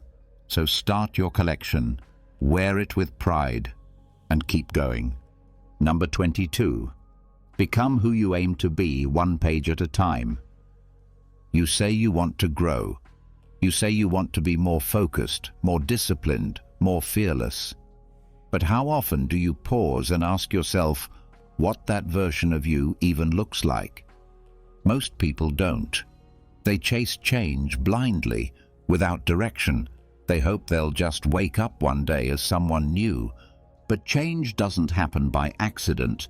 It happens through awareness, through clarity, through repetition. That's where future self-journaling comes in. This is a daily Stoic practice, a tool, not a trend. Simple but powerful. You sit down, you imagine the person you want to become, and you write, not as who you are now, but as if you're already that person. You don't wait to feel like them. You think like them, act like them, speak like them, on the page, until it becomes part of you. You want to be disciplined? Then journal as someone who already is. You want to be fearless? Then write as someone who faces fear and moves anyway. You want to stop breaking promises to yourself? Then write like someone who keeps them, every time. This is not fantasy. This is mental rehearsal, Stoic training. Marcus Aurelius did it. His entire journal, Meditations, was a future self-letter, a daily check-in, not to impress, not to publish, but to remind himself of who he was becoming. He wrote, "Waste no more time arguing what a good man should be one." And each day, through writing, he practiced that being. You must do the same. Sit down with your journal and ask, if I were already who I want to become, how would I think today? What would I do when I face resistance? How would I speak to myself when I fail? What choices would my future self make right now? And then write it. Don't wait until you feel ready. Write until you become ready. Write the mindset. Write the values. Write the habits and repeat it daily, because repetition is what trains the mind. Not just action, but intention. And journaling is where intention becomes real, where fear gets named, where excuses get exposed, where identity gets reshaped. The world tells you to hustle harder. The Stoics tell you, reflect deeper. They knew that change doesn't come from trying harder to be someone new. It comes from seeing yourself clearly and choosing again and again to step into that image. So, don't leave it to chance. Don't wait until life forces you to grow. Grab a pen, get still, and build the bridge between who you are and who you're becoming. One word, one thought, one page at a time. That's the power of future self-journaling. Not to dream, to train. Number 23. Build silence before the storm. The world wakes up loud. Notifications, headlines, emails, deadlines. Everyone demanding your time, your attention, your energy. And before you've even had your first thought of the day, the world is already thinking for you. already pulling you into its chaos. That's why the Stoics began their day in silence. Before Marcus Aurelius ruled an empire, he ruled his mind. He carved out time each morning, not to react, but to reflect, to sit alone with his thoughts, to remind himself of what mattered, to prepare his character, his focus, his resilience, for whatever came next. This was his ritual, his obscure stoa, his quiet place, not a location, but a mental space, a pocket of stillness before the noise, and you need the same. Before the world floods in, you need to ground yourself. You need a space where no one is asking for anything, where your mind belongs only to you, where you can reconnect with your values, not your inbox. This is the morning obscure stoa, a short, deliberate pause at the beginning of the day, not scrolling, not reacting, just being, just remembering. You don't need hours, you need intention. Wake up and sit with yourself. Breathe, reflect, write. Ask yourself, what kind of person do I want to be today? Don't answer out loud. Let the answer shape how you stand, how you speak, how you choose. Most people skip this. They let the day start them. They start running before they even know where they're going. But you begin with stillness. You begin like a warrior sharpening their blade before battle. And here's the truth. Silence is not weakness. It is preparation. Reflection is not delay. It is strategy. Stillness is not escape. It is a decision to be anchored before the storm arrives. Epictetus reminded his students that every day would test their discipline, their judgment, their principles, so they must prepare their minds first. You cannot control the world, but you can control the state in which you meet it. So protect your mornings. Guard that window of time like your life depends on it, because it does. How you begin determines how you respond to everything else. If you start the day clear, centered, calm, you move through the chaos with purpose. If you start in noise, you'll be ruled by it. The morning obscure stoa is not a luxury. It's your armor, your compass, your edge. So tomorrow morning, don't wake up and reach for your phone. Reach for your thoughts. Reach for your principles. And stand in silence, even for 5 minutes, like a stoic under the morning sky, grounded, aware, and ready. That stillness will echo through your entire day. That silence is your strength. Number 24. See the path without the panic. When something uncertain is coming, an exam, a job interview, a business risk, a hard conversation, what does your mind do? It spins. It imagines the worst. It plays out scenes that haven't happened yet. Your chest tightens. Your thoughts race. And just like that, fear takes control. Why? Because you're forecasting your future through emotion, not logic. The Stoics warned against this.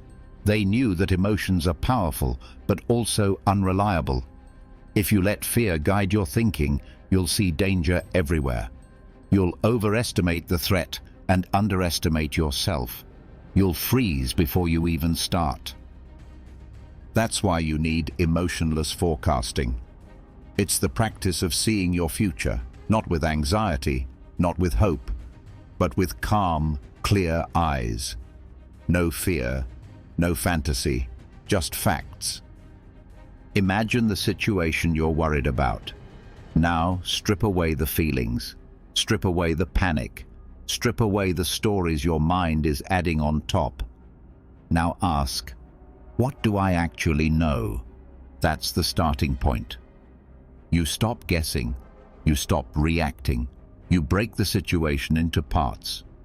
What can go wrong? What's within your control? What have you done to prepare?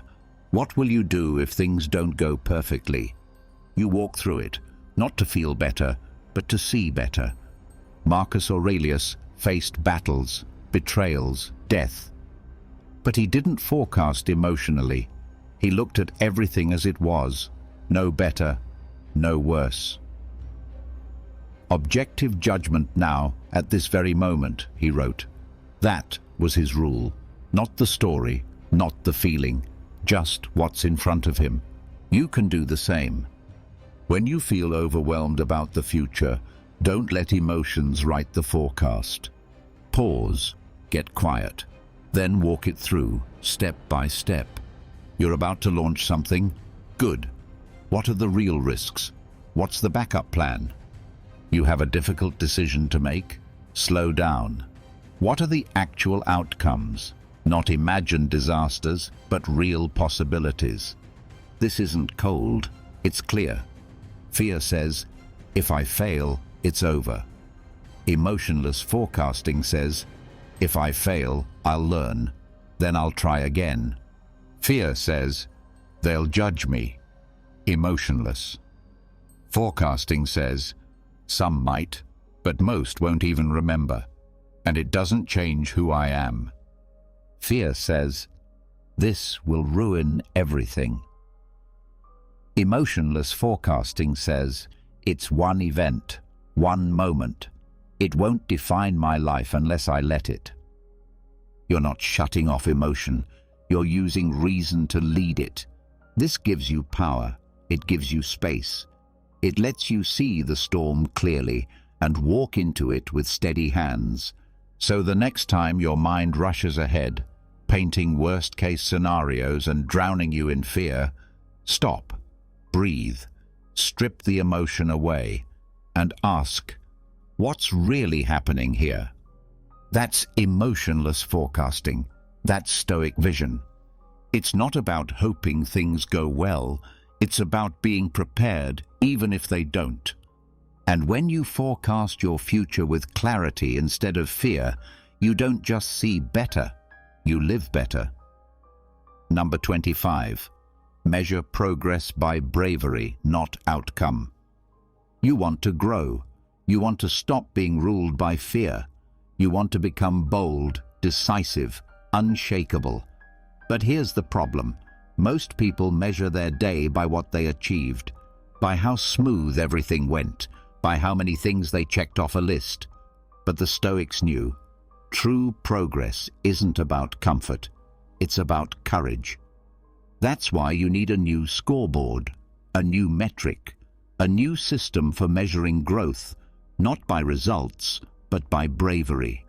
This is the courage point system. It works like this. Every time you do something that makes your heart race a little, something that stretches you, challenges you, pushes you beyond your usual line, you earn a point. You speak when it would be easier to stay quiet. Point. You say no when you usually say yes. Point. You post the thing, you ask the question, you take the risk. Point, point, point. It doesn't matter how it turns out. That's not the score you're tracking. You're not trying to look perfect. You're trying to get stronger. The courage point system shifts the focus.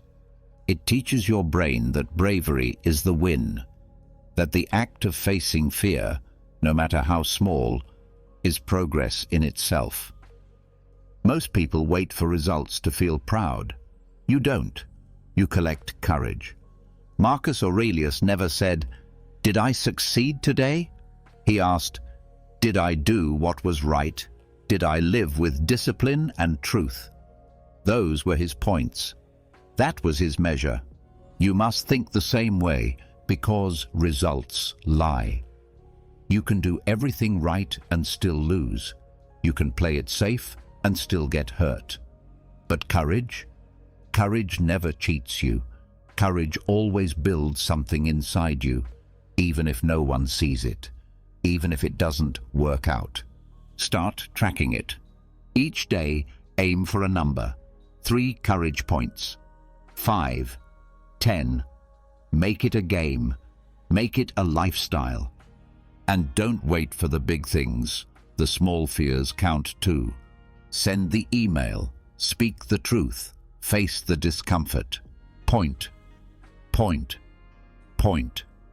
Soon your life starts to shift, not because it got easier, but because you got bolder. The courage point system builds real confidence, the kind that isn't based on achievement, but on action, the kind that stays with you even when the outcomes don't go your way. And the more points you earn, the more you begin to trust yourself, not because you always win, but because you always try. You always face the edge. Fear shrinks when you count courage.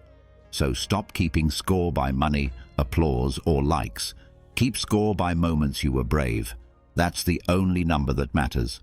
And every time you face something hard, something scary, something uncertain, smile to yourself and say, one more point. Then do the thing. Number 26. Love the world as it is, not as you wish it to be. It's easy to get frustrated with life. Things don't go your way. People don't act how you expect. The world seems unfair, chaotic, unpredictable. You feel like you're constantly swimming against the current, fighting reality, wishing things were different, better, more under your control. But the Stoics had a different approach, a radical one. They didn't just accept reality, they learned to love it. Not just amor fati, the love of fate, but something bigger, amor mundi, the love of the world. That means you don't just make peace with what happens, you actively choose to embrace it, all of it. The pain, the joy, the injustice, the setbacks. You stop seeing the world as something broken that needs to change before you can be happy, and you start seeing it as your teacher, your forge, your path. This is amor mundi activation, the mindset that says, I will not curse the world, I will meet it with love and work with what it gives me. That doesn't mean you agree with everything. It doesn't mean you stop wanting to improve yourself or help others. It means you stop resisting what is. You stop trying to bend reality to your liking and instead train yourself to respond wisely to it. When someone betrays you, you say, this is part of the world I live in, and I will use it to grow. When a plan fails, you say, this is part of the path, let me learn from it. When life delivers something painful, you say, this too belongs, I will not fight it, I will rise through it. Marcus Aurelius faced war, plague, political chaos, and the death of his children. But he never once wrote, why me? Instead, he said, the impediment to action advances action. What stands in the way becomes the way. That is amor mundi. He loved the world, not for what it gave him, but for what it gave him the chance to become. You can train this. You can activate it daily. It starts with a pause.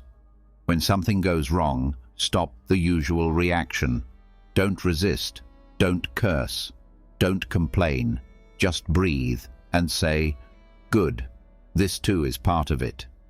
Then ask, what can I build with this? Who can I become through this? Amor mundi is not weakness. It's not passive.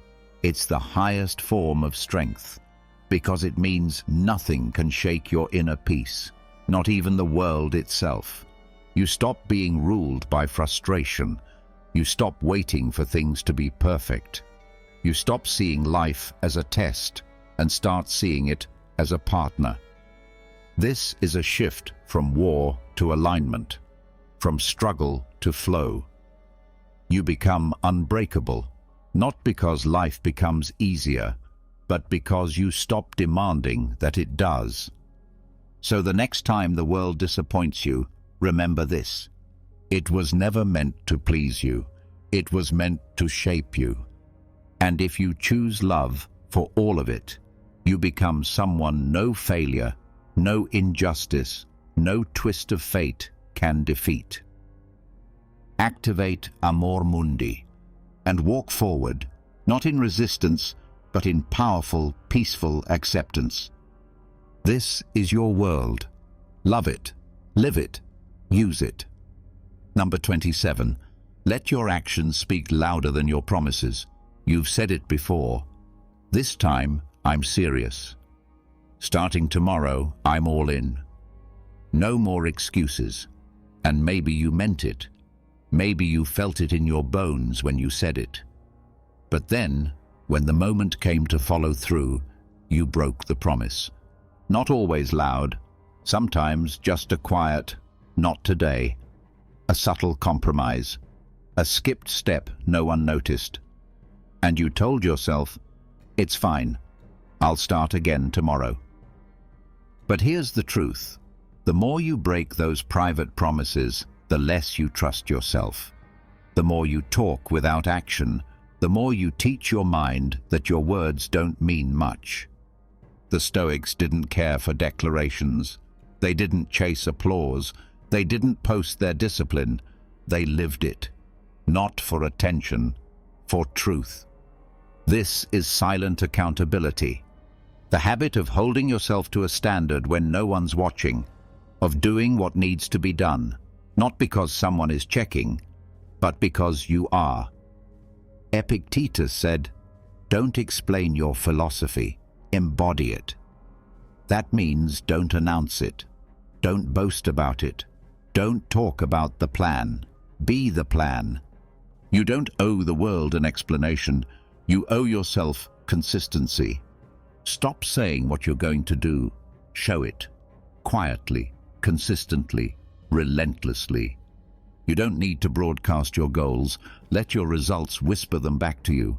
This kind of accountability doesn't look flashy. No big reveal, no applause, just action. Quiet, focused, daily. You do the hard thing when it's boring. You keep the promise when no one's watching. You finish the workout. You make the call. You sit down and write, even when no one will know if you skipped it. And that builds something deep, something unshakable, self-respect. Because when you live with silent accountability, you don't need validation. You don't need permission. You don't need someone clapping for you every time you make the right choice. You know what you did. That's enough. You build integrity from the inside out.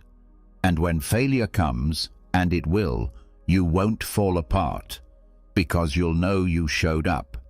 You'll know you didn't fake it. You'll know your effort wasn't just for show. So from now on, keep your standards high and your mouth quiet. Write the page, make the move, keep the habit. Don't post about it, don't explain it. Let the discipline speak, let the work speak, let your life speak. And when doubt shows up, when fear says you're not really that strong, your actions will answer, "Watch me." Not with noise, with proof. Number 28. Rewrite the story fear wants you to believe. Fear is a storyteller. It always has a narrative ready, and it's fast, so fast you don't even notice the words forming in your mind.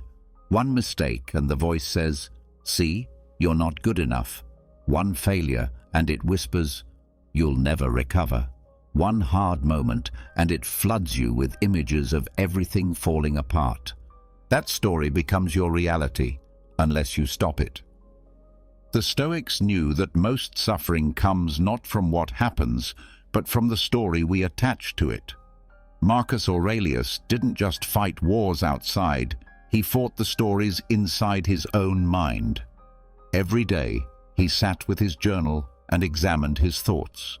And when they didn't serve him, he rewrote them. That's what counter-narrative drafting is. You take the fear-based script your mind automatically gives you, and you write a new one, not blindly positive, not fake, but clear, rational, and grounded in truth. You become the author, not the audience. Here's how it works. The moment you catch a fear narrative playing in your mind, pause. Don't fight it. Don't push it down, just name it. I'm telling myself that this failure defines me. I'm telling myself that if this doesn't go well, I'll lose everything. I'm telling myself that one mistake means I'm not cut out for this. Then ask, is that really true? What would a calmer, wiser version of you say instead? Write it, speak it, live it. That's the counter-narrative. The fear says, you're too late. You say, I'm just getting started. I've learned more now than ever. The fear says, you're not ready. You say, no one ever is, but I'm willing. That's enough. The fear says, if you fail, everyone will see. You say, if I fail, I'll learn, and I'll keep going. You're not trying to erase the fear, you're disarming it. You're challenging it with reason, with perspective, with your own voice. This is Stoicism in action, not letting thoughts run wild, not letting your mind bully you with outdated scripts, but calmly, consistently rewriting the dialogue in your head. Fear wants to narrate your life, but you get the final edit. Make this a habit. When something goes wrong, draft the better version of the story. When you feel doubt, sit down and write what your future self would say. When the fear grows louder, match it, not with emotion, but with clarity. That's how you take back your mind. Because if you don't write the story, fear will. And its story always ends the same way, with you staying small. But your version? It ends with movement, with progress, with strength. So pick up the pen, draft the truth, and keep rewriting it until it becomes who you are. Number 29. Stop needing approval to keep going. You do something bold. You put yourself out there. You make progress. You take the risk. You step outside your comfort zone. And then you wait. You wait for someone to notice, to clap, to say, well done. And when they don't, you start to question yourself. That's the trap. You've tied your effort to approval. You've built your self-worth on whether or not the world reacts. But the Stoics knew better. They didn't depend on praise because they understood that praise is unstable. It comes and goes. Sometimes it's fair, sometimes it's blind, and sometimes it never shows up at all. This is the power of decentralized praise, removing your need for external validation and anchoring your motivation in something deeper, your values, your growth, your discipline. You stop doing things to be seen. You stop waiting for the world to say you're good enough. You stop handing your confidence to other people's opinions. Marcus Aurelius, one of the most powerful men in history, wrote in his journal, not to impress anyone, not to publish a book, but to strengthen himself, alone, quietly. He didn't need applause. He needed alignment. You must learn to do the same. When you work, work from principle. When you speak, speak from clarity. When you build, build because it matters to you. If someone praises you, fine. If they don't, fine. That's not the reason you act. Praise is nice, but it's not necessary. When you need it, you become weak. You start performing instead of living. You start chasing trends instead of truth. You start hesitating every time you think the crowd won't clap. But when you decentralize praise, you become dangerous, in the best way. You do what's right, even if no one agrees. You keep going, even when no one sees. You show up again and again, not for recognition, but because you made a promise to yourself. And that promise means more than approval ever could. Seneca said, "A good character, when established, becomes a guarantee of enduring praise, but to seek it actively is to make yourself dependent. Dependent on mood, on feedback, on others. Break that dependence. Stop refreshing for likes. Stop replaying compliments. Stop letting silence make you feel like you're not enough. You are not here to perform. You are here to grow. So set your standard, hold it, whether the room claps or not. Do the work without the need for witnesses, because the strongest people in the world are the ones who keep moving forward, even when no one is watching, and especially when no one is cheering. That's decentralized praise. That's inner freedom. And once you build it, no one can take it from you. Number 30. Quiet the crowd before it speaks. You're about to take a step. Say something real. Try something bold. You feel it rise in you. Courage, direction, clarity. And then, almost instantly, another voice appears. Not your own. A chorus of imagined critics. What will they think? Who does she think she is? What if they laugh? And just like that, you hesitate. You shrink. You stay quiet. This is the power of pre-silenced opinions, the ones that stop you before anyone says a word. The ones you hear in your head, not in the world. The ones you've rehearsed so many times, you don't even realize they're there anymore. But the Stoics saw this trap clearly. They understood that most people don't live their lives. They live in reaction to other people's opinions, or worse, in reaction to the fear of opinions that haven't even been spoken yet. And that's what makes pre-silenced opinions so dangerous. They keep you locked up without ever putting you on trial. They make you feel judged before anyone's even watching. That's why you have to deal with them early, before they take root, before they shut you down. Marcus Aurelius would remind himself daily, "You're going to meet people today who are jealous, rude, arrogant, dishonest. Expect it." Why? Because once you expect the noise, it loses its power. You've already heard it. You've already prepared for it. It can't catch you off guard. You can do the same before you act, before you speak, before you step into the arena.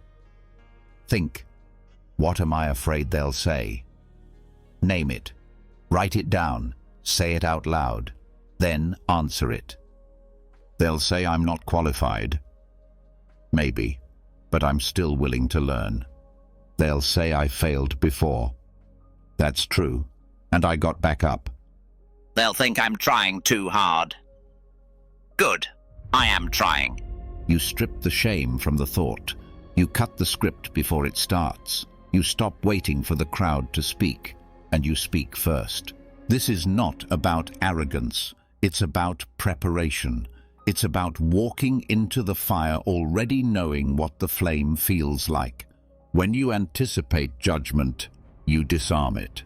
When you face the thought directly, you weaken its hold. And when you move forward anyway, you train your mind to trust you, not them. The opinions will come, maybe in whispers, maybe in silence, maybe just in your imagination. But if you've already heard them, already responded, already accepted them, they can't control you. You're free. So make this a daily practice. Before you take any bold step, pause and ask, what opinions am I afraid of hearing? Then pre-silence them, not by fighting, not by hiding, but by hearing them first and choosing to move anyway. That's what Stoics do. They don't wait to be judged. They live in such a way that judgment loses its meaning. So the next time fear tells you they're going to talk, answer back. Maybe, but I've already listened, and I'm still here. Then take the step, unshaken, unapologetic, already free. Number 31. Act like the person you want to become, even in secret. You want to be wiser, stronger, calmer under pressure, more grounded. But too often, you wait until people are watching to try. You wait until it matters, until the stakes are high, until the spotlight is on. And by then, it's too late. You haven't trained. You haven't practiced. You haven't become the person you needed to be when the moment arrived. That's why the Stoics trained in the shadows. They believed you must live the philosophy quietly, every day, especially when no one is watching. Not to look good, not to impress, but to become.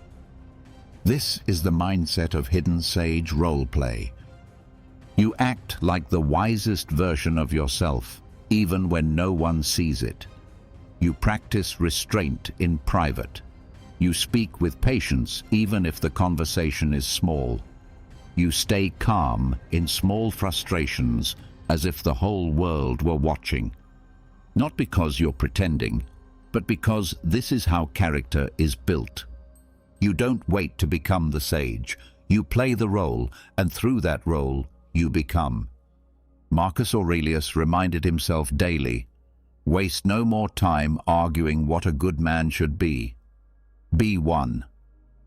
And not just in the public eye, in his journals, in his private thoughts, in the way he carried himself when no one would ever know. That's the test. Can you carry wisdom when there's no reward? Can you live with discipline when there's no audience? Can you walk like the Stoic you admire, even in silence?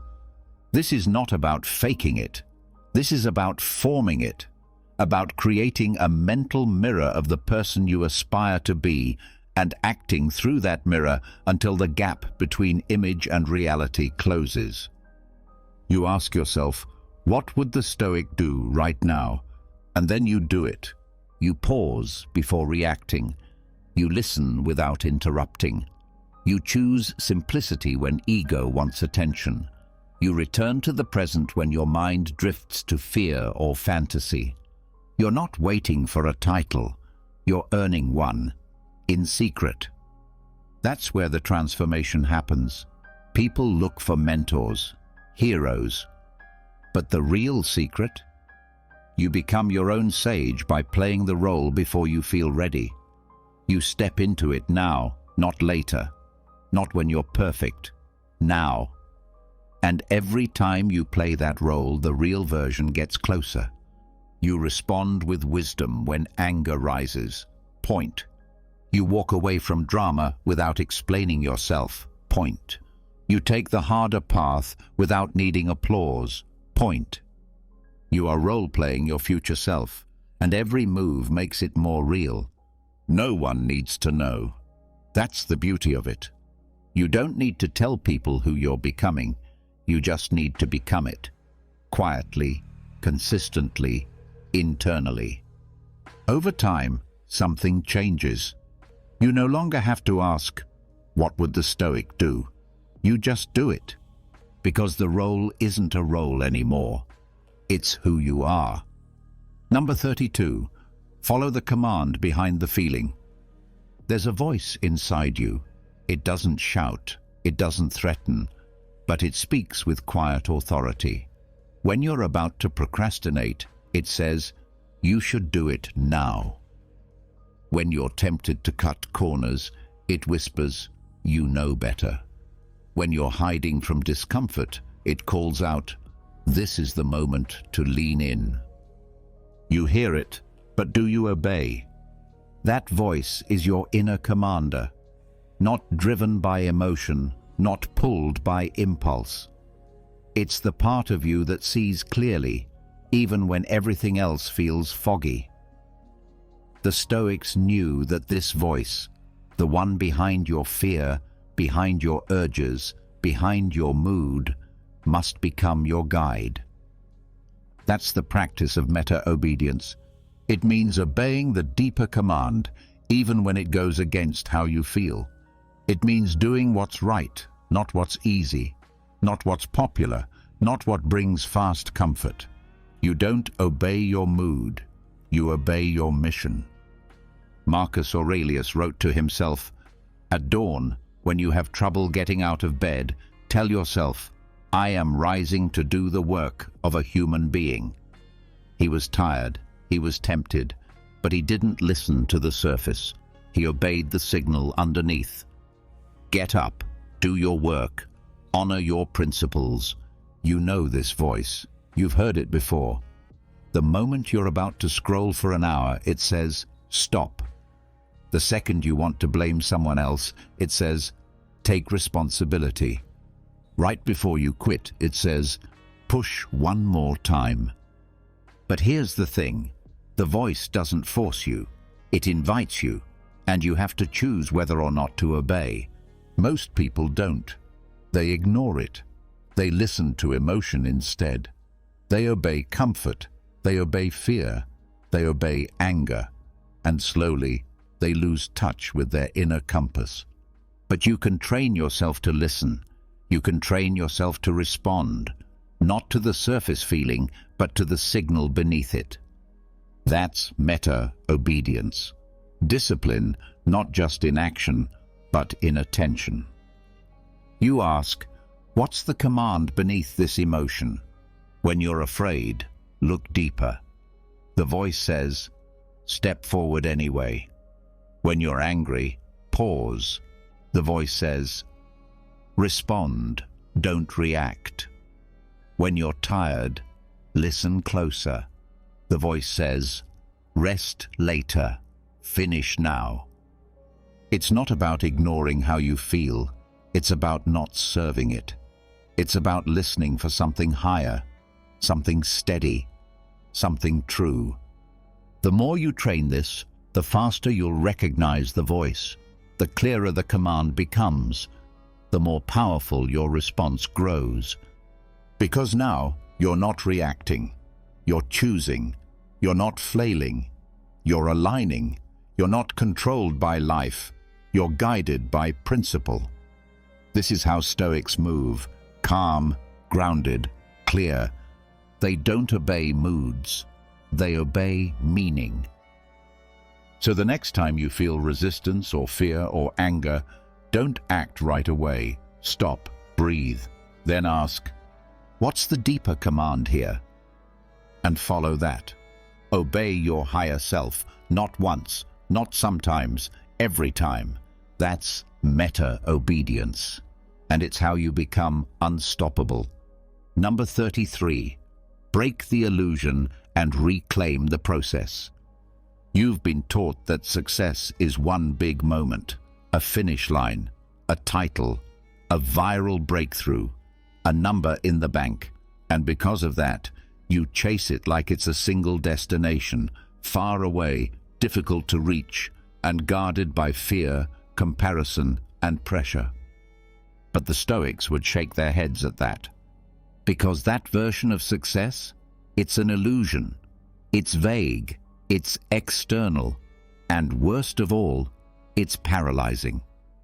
When you make success one massive, shiny event, every step you take feels small and meaningless in comparison, and slowly you stop moving altogether. That's why you need to practice deconstructed success. Take the big idea of making it and break it down, smash it into pieces. Turn it from one distant mountain into 100 stones you can walk on every day. Because success isn't one thing, it's many small things, done again and again, with clarity, intention, and patience. It's not the published book. It's the act of writing when you don't feel like it. It's not the million-dollar idea. It's showing up when no one's paying attention. It's not the transformation, it's the daily choice not to quit. Seneca said, well-being is realized by small steps, but it is no small thing. That's the truth. Real success isn't dramatic. It's disciplined. It's made in silence. Made through effort, not applause. So ask yourself, what does success actually look like today? Not 5 years from now, not in fantasy, today. Is it completing a task you've been avoiding? Is it showing up to your routine even when your motivation is gone? Is it telling the truth when lying would be easier? These are real wins, but most people overlook them because they don't feel like success. They're not impressive enough, not flashy enough. But here's the truth. The person who masters the process masters the outcome. And when you break success into manageable, repeatable actions, fear begins to fade. The pressure to get there disappears, because you're already doing it. You're already building it. One decision at a time. You're no longer chasing a moment. You're owning the pattern. The Stoics never waited for victory parades. They found success in self-control, in alignment, in doing what needed to be done, without needing the world to clap for it. You must do the same. So take the vision, the dream, the thing you're aiming for. Now deconstruct it. What's the smallest possible action you can take toward it today? Do it. That's success. Do it again tomorrow. That's momentum. Keep doing it without needing drama, and one day you'll look up and realize you've already become the person you were trying to reach. Because success is not one big move, it's hundreds of quiet ones stacked in your favor. So stop waiting to arrive. Build it, break it down, and walk it daily. That's how you win, with clarity, with discipline, with deconstructed success. Number 34. Learn just as much from those who fell short. When we think of Stoicism, we often picture the greats: Marcus Aurelius, Epictetus, Seneca, calm, wise, unshakable. We hold them up as ideals. And yes, they were powerful thinkers. But here's what most people miss. Even they struggled. Even they failed. Even they didn't always live up to their own principles. And many others, philosophers, kings, soldiers, leaders, claimed to follow Stoicism, yet broke down under pressure, gave in to emotion, chose ego over wisdom, power over principle. They weren't evil, they were human, and that's exactly why they're worth studying. This is the practice of studying failed Stoics, not to judge, but to learn. Not to point fingers, but to see where you might be slipping in the same way. Because if you only study the success stories, you get a false idea that Stoicism means perfection, that a Stoic never breaks, never reacts, never fails. But the truth is, Stoicism is about the struggle.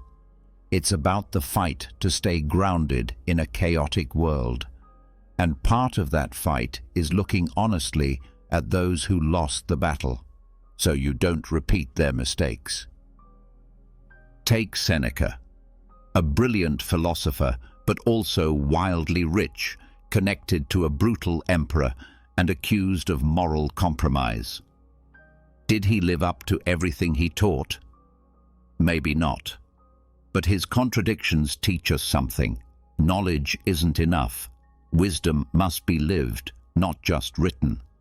Or Marcus Aurelius, deeply reflective, humble on the page. But during his reign, he made questionable decisions. He appointed his son, Commodus, who turned out to be cruel and destructive. Even the most disciplined Stoic couldn't fully escape bias, family loyalty, or flawed judgment. And what about us? We quote Stoic lines, we nod in agreement, but then we snap at a small inconvenience. We scroll instead of act. We react instead of reflect. That's why studying failed Stoics is so important. They remind you, knowing the path is not the same as walking it. They remind you that reading meditations is not the point. Living it is. You need to see where others fell, not to feel superior, but to stay alert. Where did they give in to comfort? Where did they choose ego over clarity? Where did they preach virtue but protect status? Because those same cracks might be forming in you. You say you want to be calm, but do you practice it when people criticize you? You say you value self-control, but how often do you trade it for quick pleasure? You say you're guided by reason, but how often does emotion make your choices?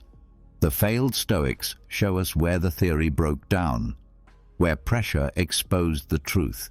And that's the gift. They make the philosophy real. They make the stakes clear. This isn't about worshipping icons, it's about learning from the whole story, success and failure, strength and weakness. And most of all, it's about staying humble. Because the moment you think, I've got this Stoicism thing figured out, you've already lost the edge. The goal isn't to become perfect. The goal is to become aware, to be honest, to notice when you're drifting, to pull yourself back. So yes, study the wise words, but also study the weak moments. Study the Stoics who fell short, and let their mistakes sharpen your discipline. Let their flaws humble your ego. Let their humanity remind you, the real test is how you live under pressure. That's where the philosophy either stands or breaks. Number 35. Rise above the limits you've been taught to accept. You've been told you're only human, that it's natural to give in, that it's normal to break down, that you're wired to be emotional, to be reactive, to seek comfort. And slowly, whether you noticed or not, you started building your identity around that idea, around weakness disguised as self-acceptance, around limits disguised as realism. But the Stoics didn't think that way. They believed you could rise above. They believed that even though you're born into a human body, with impulses, urges, fears, you weren't meant to be ruled by them. You were meant to transcend them. This is what it means to transcend the human frame. Not to become superhuman, but to stop letting the lower nature define your choices. You feel anger, yes, but you don't act in anger. You feel fear, yes, but you don't let it decide for you. You feel the pull of distraction, ego, envy, but you stay centered, still, disciplined. Why? Because you are not just flesh and emotion. You have reason, you have principles, you have choice. Epictetus said, "You are a little soul carrying around a corpse." That wasn't morbid. It was a reminder. Don't live like you are only the body. Don't let urges be your master. Use your higher self, the part of you that can observe, that can step back, that can choose. Because here's the truth. You don't need to obey every emotion that enters your chest. You don't need to follow every impulse your brain throws at you. You don't need to be a slave to mood, fear, hunger, laziness, or desire. You can pause, breathe, rise above. You can override what feels automatic. This isn't about pretending you're a god. It's about refusing to live as an animal. You were given a mind for a reason. So when the world is loud, transcend. When your emotions boil, transcend. When your excuses scream, transcend. Not by force, not by suppressing, but by observing, by choosing the higher path, by seeing your thoughts like passing clouds, not commands, not truth, just noise. And you stay still in the middle of it all. Marcus Aurelius faced war, betrayal, sickness, death, and still wrote about being calm, fair, disciplined. He didn't do it because it was easy. He did it because he knew what he was capable of if he remembered who he was, not just a man, but a mind, a soul, a set of values walking through chaos. You are capable of the same, but only if you stop using your humanity as an excuse. I'm just tired. I'm just emotional. I'm just not motivated. No, you're just forgetting your power. The power to decide, the power to direct your focus, the power to step outside the automatic response. That's what it means to transcend. It doesn't mean you stop being human. It means you stop being trapped in what human nature defaults to. You don't reject the body, you master it. You don't reject emotion, you channel it. You don't reject fear, you walk through it with eyes open.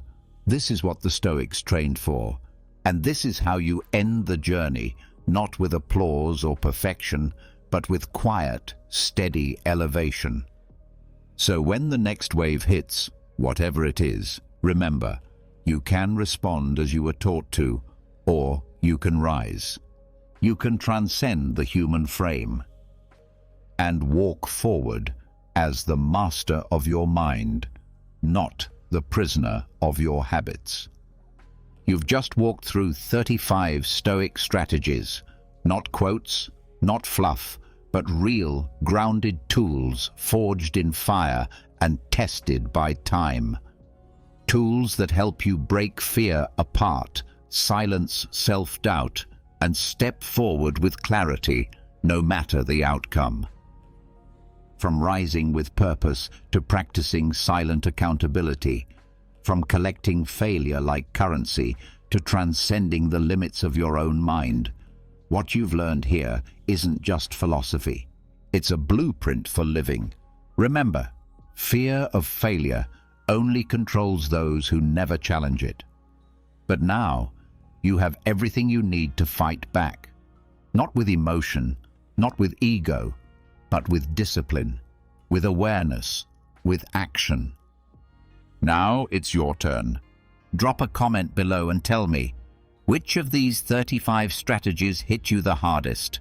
Which one are you going to apply today? Don't just write it, own it. That's how you start to change. And if this video helped sharpen your mindset, don't let it be the last. Subscribe now and join a growing group of warriors training their minds to be stronger than their fears, one principle at a time. The world doesn't need more noise, it needs more grounded minds. Let's keep building yours.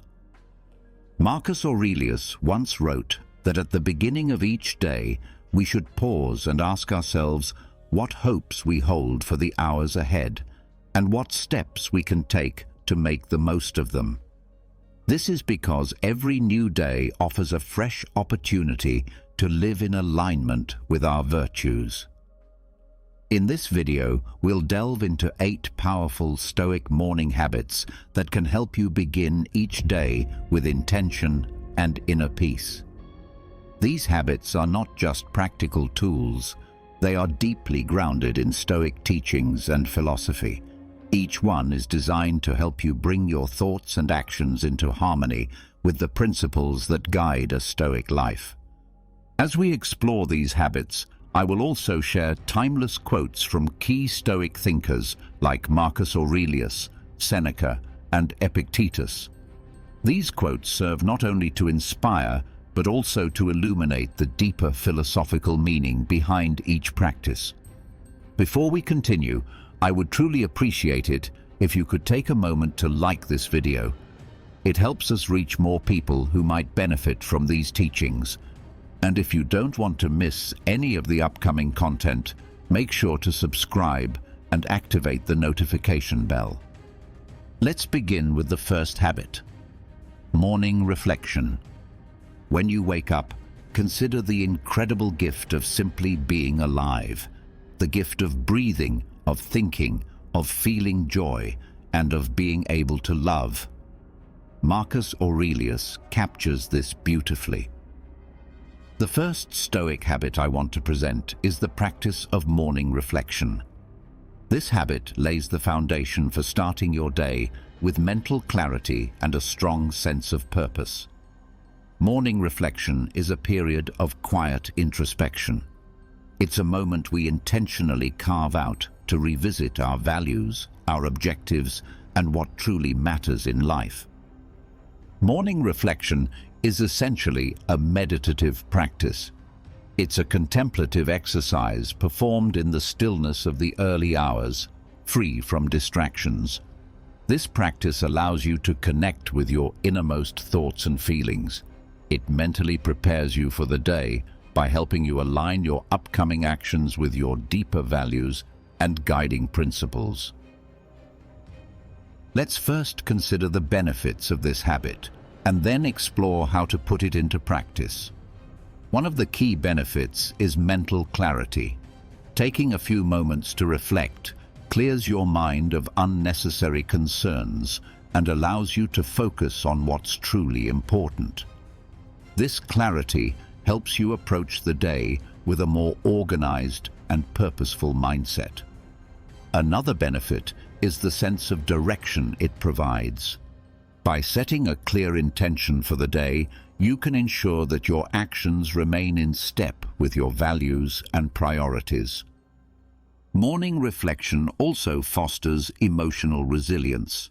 When you think deeply about your principles and how you plan to embody them, you become more capable of handling stress and adversity with calm and poise. Lastly, this practice encourages personal growth. By engaging with your thoughts and evaluating your internal landscape, you can become more self-aware and begin to work consciously on areas you wish to improve. To practice morning reflection, begin your day in a space that offers comfort and tranquility. This could be a quiet corner in your room, a peaceful spot in your garden, or any place that allows you to feel at ease and free from interruptions. Before diving into your thoughts, take a few deep, calming breaths to help anchor you in the present moment. Reflect on the Stoic virtues, wisdom, justice, courage, and temperance, and think about how you can live out these principles in the day ahead. Visualize your upcoming experiences, the interactions you'll have, the challenges you may face, and how you can respond to each scenario with patience, reason, and virtue. Ask yourself, what opportunities will I have today to practice these values? Set your intentions clearly. What specific actions can you take to live in greater alignment with your values? How might you contribute to your own growth and to the well-being of those around you? To inspire your practice, consider this quote from Marcus Aurelius. Perfect tranquility consists in the good ordering of the mind, the realm within your own control. In essence, morning reflection is a transformative Stoic habit that prepares you to face the day with mental clarity and a peaceful heart. So tomorrow, before jumping into your routine, give yourself a few moments to reflect and define your purpose. You might be surprised at how this simple ritual can profoundly improve your day. Let's now move on to the second Stoic morning habit, gratitude. There's a quiet joy in reflecting on the blessings we already possess, the gifts, both great and small, that enrich our lives. The second habit I want to share is the practice of gratitude. In Stoic thought, gratitude holds a central place because it shifts our focus away from what we lack and helps us recognize the value of what we already have. It nurtures a sense of abundance and deep contentment. Practicing gratitude means consciously recognizing and appreciating the good in our lives. It is a deliberate effort to turn our attention to the positive aspects, whether they are everyday pleasures or major accomplishments. For the Stoics, expressing gratitude is also a reminder of life's fleeting nature and the importance of cherishing each moment while we have it.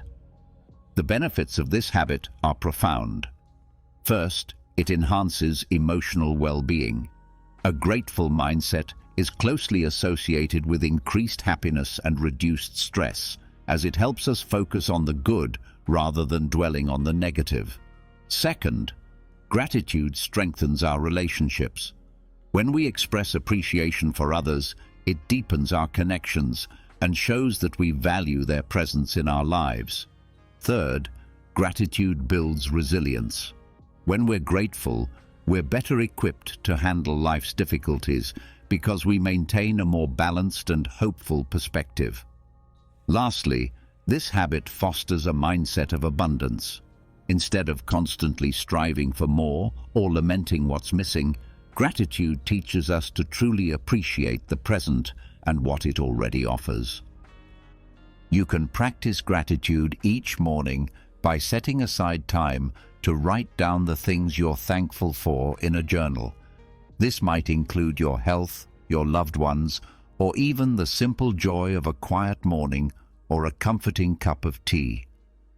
If journaling isn't your style, you can instead take a few silent moments to reflect on the blessings in your life. Sit quietly, close your eyes, and let your mind wander through all that you are grateful for. Begin your day by focusing on the positive things you anticipate, the little joys that may await you. This simple act can lift your mood and transform your outlook from the very start of the day. You might also consider taking a moment to thank someone in your life. It could be through a quick message, a phone call, or simply by telling them in person how much they mean to you. As Epictetus wisely said, it is not happiness that makes us grateful, but gratitude that makes us happy. Gratitude is a powerful force for living more fully and meaningfully. By beginning your day with a grateful heart, you invite greater joy and peace into your life. This habit not only supports your emotional health, but also deepens your bonds with others and helps you greet each day with a more optimistic spirit. So tomorrow morning, pause for a moment to acknowledge all that you have to be grateful for. You may find that this simple act can truly change the course of your day. Now let's move to the third Stoic morning habit, reading and study. Marcus Aurelius once said, "Don't waste time debating what a good person should be. Just be one." The third habit is the daily practice of reading and studying philosophical and uplifting texts. For the Stoics, wisdom is not a luxury. It is essential to living a virtuous life. Taking time each morning to read and reflect on meaningful ideas not only inspires us, but equips us with the mental tools needed to confront life's challenges with courage and clarity. Morning reading and study involve dedicating a specific time each day to absorb knowledge that enriches both the mind and the soul. This practice doesn't have to be limited to Stoic works. Any material that encourages you to think deeply, question assumptions, and grow intellectually can serve this purpose. Whether it's passages from Marcus Aurelius's Meditations, letters from Seneca, or reflections from Epictetus, these texts offer profound guidance that remains relevant to modern life. To engage with this habit effectively, begin by selecting texts that resonate with you, words that challenge you, comfort you, or inspire you to live more wisely. Carve out a consistent period each morning for this practice. It doesn't have to be long. Even 10 minutes of focused reading can set the tone for the rest of your day. Let this quiet time become a sanctuary for thought, where you nourish your mind and prepare your spirit. Through regular study, you'll find that your thoughts become clearer, your values more grounded, and your responses to life's difficulties more composed. It's not about how much you read, but how deeply you engage with the ideas and how sincerely you strive to apply them in your daily life. The words of these ancient philosophers are more than historical curiosities. They are living wisdom, ready to help us navigate our modern world with integrity, strength, and serenity. By making reading and reflection part of your morning ritual, you open your mind to growth and cultivate the kind of wisdom that endures. What truly matters is not just the act of reading, but what you do with it afterward. Take the time to genuinely reflect on what you've read. Don't simply absorb the words, engage with them. Ask yourself meaningful questions. How do these ideas apply to your own life? What lessons can you extract from them, and how can you begin to implement them today? It's important to capture your insights. Keep a journal where you can write down your thoughts and reflections based on what you've read. This journaling process will not only help you internalize the teachings, but will also serve as a reminder of the core messages and principles you've encountered. Now let's consider the benefits of engaging in morning reading and study. First, it broadens your intellectual horizons. Reading philosophical or uplifting material stretches the mind, introduces new ideas, and offers various perspectives that enrich your understanding. Reflecting deeply on Stoic teachings nurtures wisdom and builds a deeper awareness of what it means to live a life rooted in virtue. Second, it contributes significantly to the development of character. The principles and insights you encounter through this practice gradually shape your inner values and help align your behavior with them. Third, it serves as a form of preparation. This daily ritual grounds you, giving you a solid mental and emotional foundation from which to meet whatever the day brings. It fosters a sense of calm and clarity that acts as a shield against life's inevitable turbulence. As Epictetus wisely stated, the soul becomes what you feed it. Nourish it with something noble and enriching. Reading and studying in the morning can be a transformative practice that sharpens your mind and elevates your spirit. Starting your day with wisdom equips you to step into the world with clarity, confidence, and purpose. This simple yet powerful habit not only expands your intellect, but also strengthens your character and inspires you to live with greater intention. So, tomorrow morning, give yourself the gift of a few quiet moments to read and reflect. You may be surprised by how profoundly this simple ritual can impact your life. Now let's move on to the fourth habit, meditation. Epictetus once advised, first tell yourself who you want to be and then act accordingly. This captures the essence of Stoic meditation, a practice rooted not in emptying the mind, but in actively examining your inner life. Stoic meditation is about reflecting deeply on your actions, emotions, and principles. It is a time for mental focus and spiritual preparation before you face the day ahead. So, what does this form of meditation look like? It's a practice of introspection and evaluation.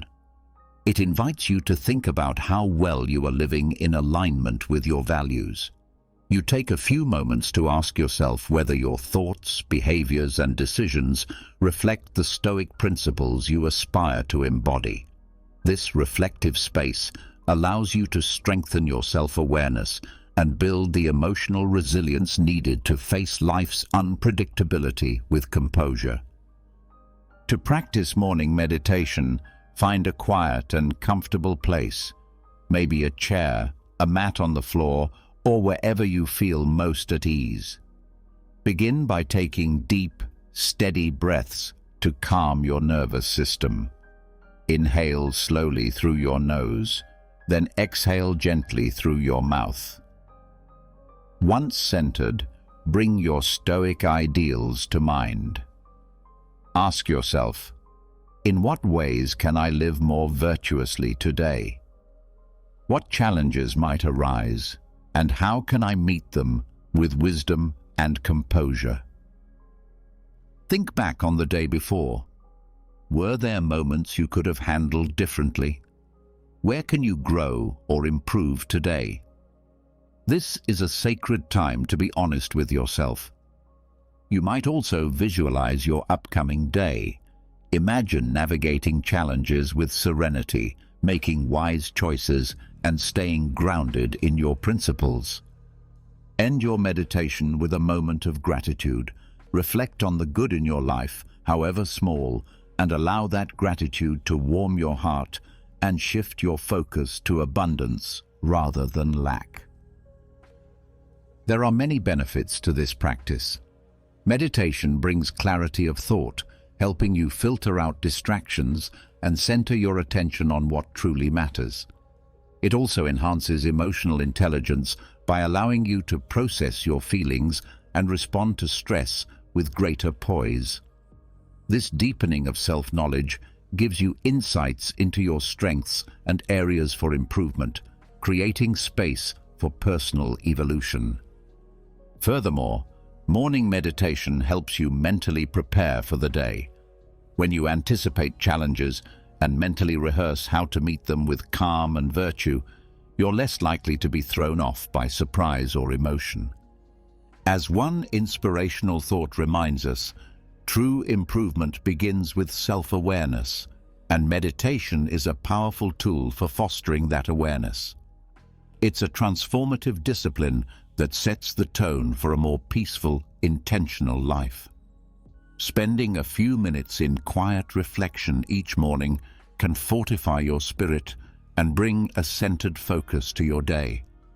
This daily commitment not only enhances mental and emotional well-being, but also supports you in staying true to your Stoic values.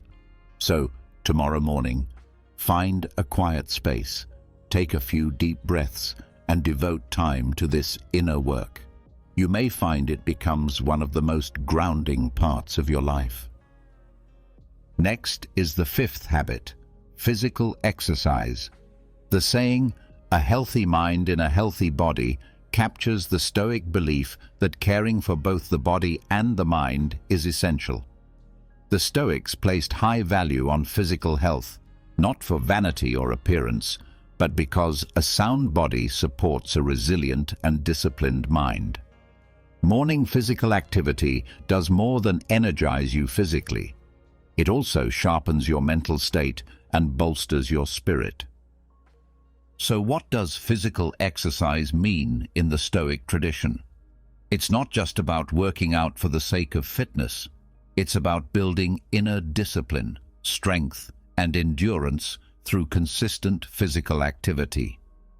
The Stoics weren't concerned with aesthetics. Instead, they saw exercise as a training ground for the mind and character, a means of cultivating perseverance and harmony within oneself.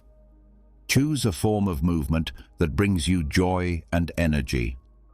It might be a brisk walk, yoga, stretching, running, weightlifting, or any activity that uplifts your body and spirit. The practice doesn't need to be lengthy. Just 20 to 30 minutes each morning can create a profound impact. What matters most is the regularity of the routine. Focus not on quick results or physical perfection, but on how this practice enhances your overall wellness. Exercise should elevate your energy levels, improve your mood, and help you feel more grounded in your body. Remember to respect your physical limits. The goal is to build strength, not to injure yourself. Be mindful of how your body feels and adjust intensity gradually. You can also integrate your physical activity with reflective practices. For instance, during a walk, contemplate your Stoic principles or practice gratitude. This combination nurtures both the body and the mind, deepening the benefits of your morning ritual. The rewards of regular morning exercise are numerous. It significantly improves physical health, enhancing cardiovascular function, strengthening muscles and bones, and supporting a healthy weight.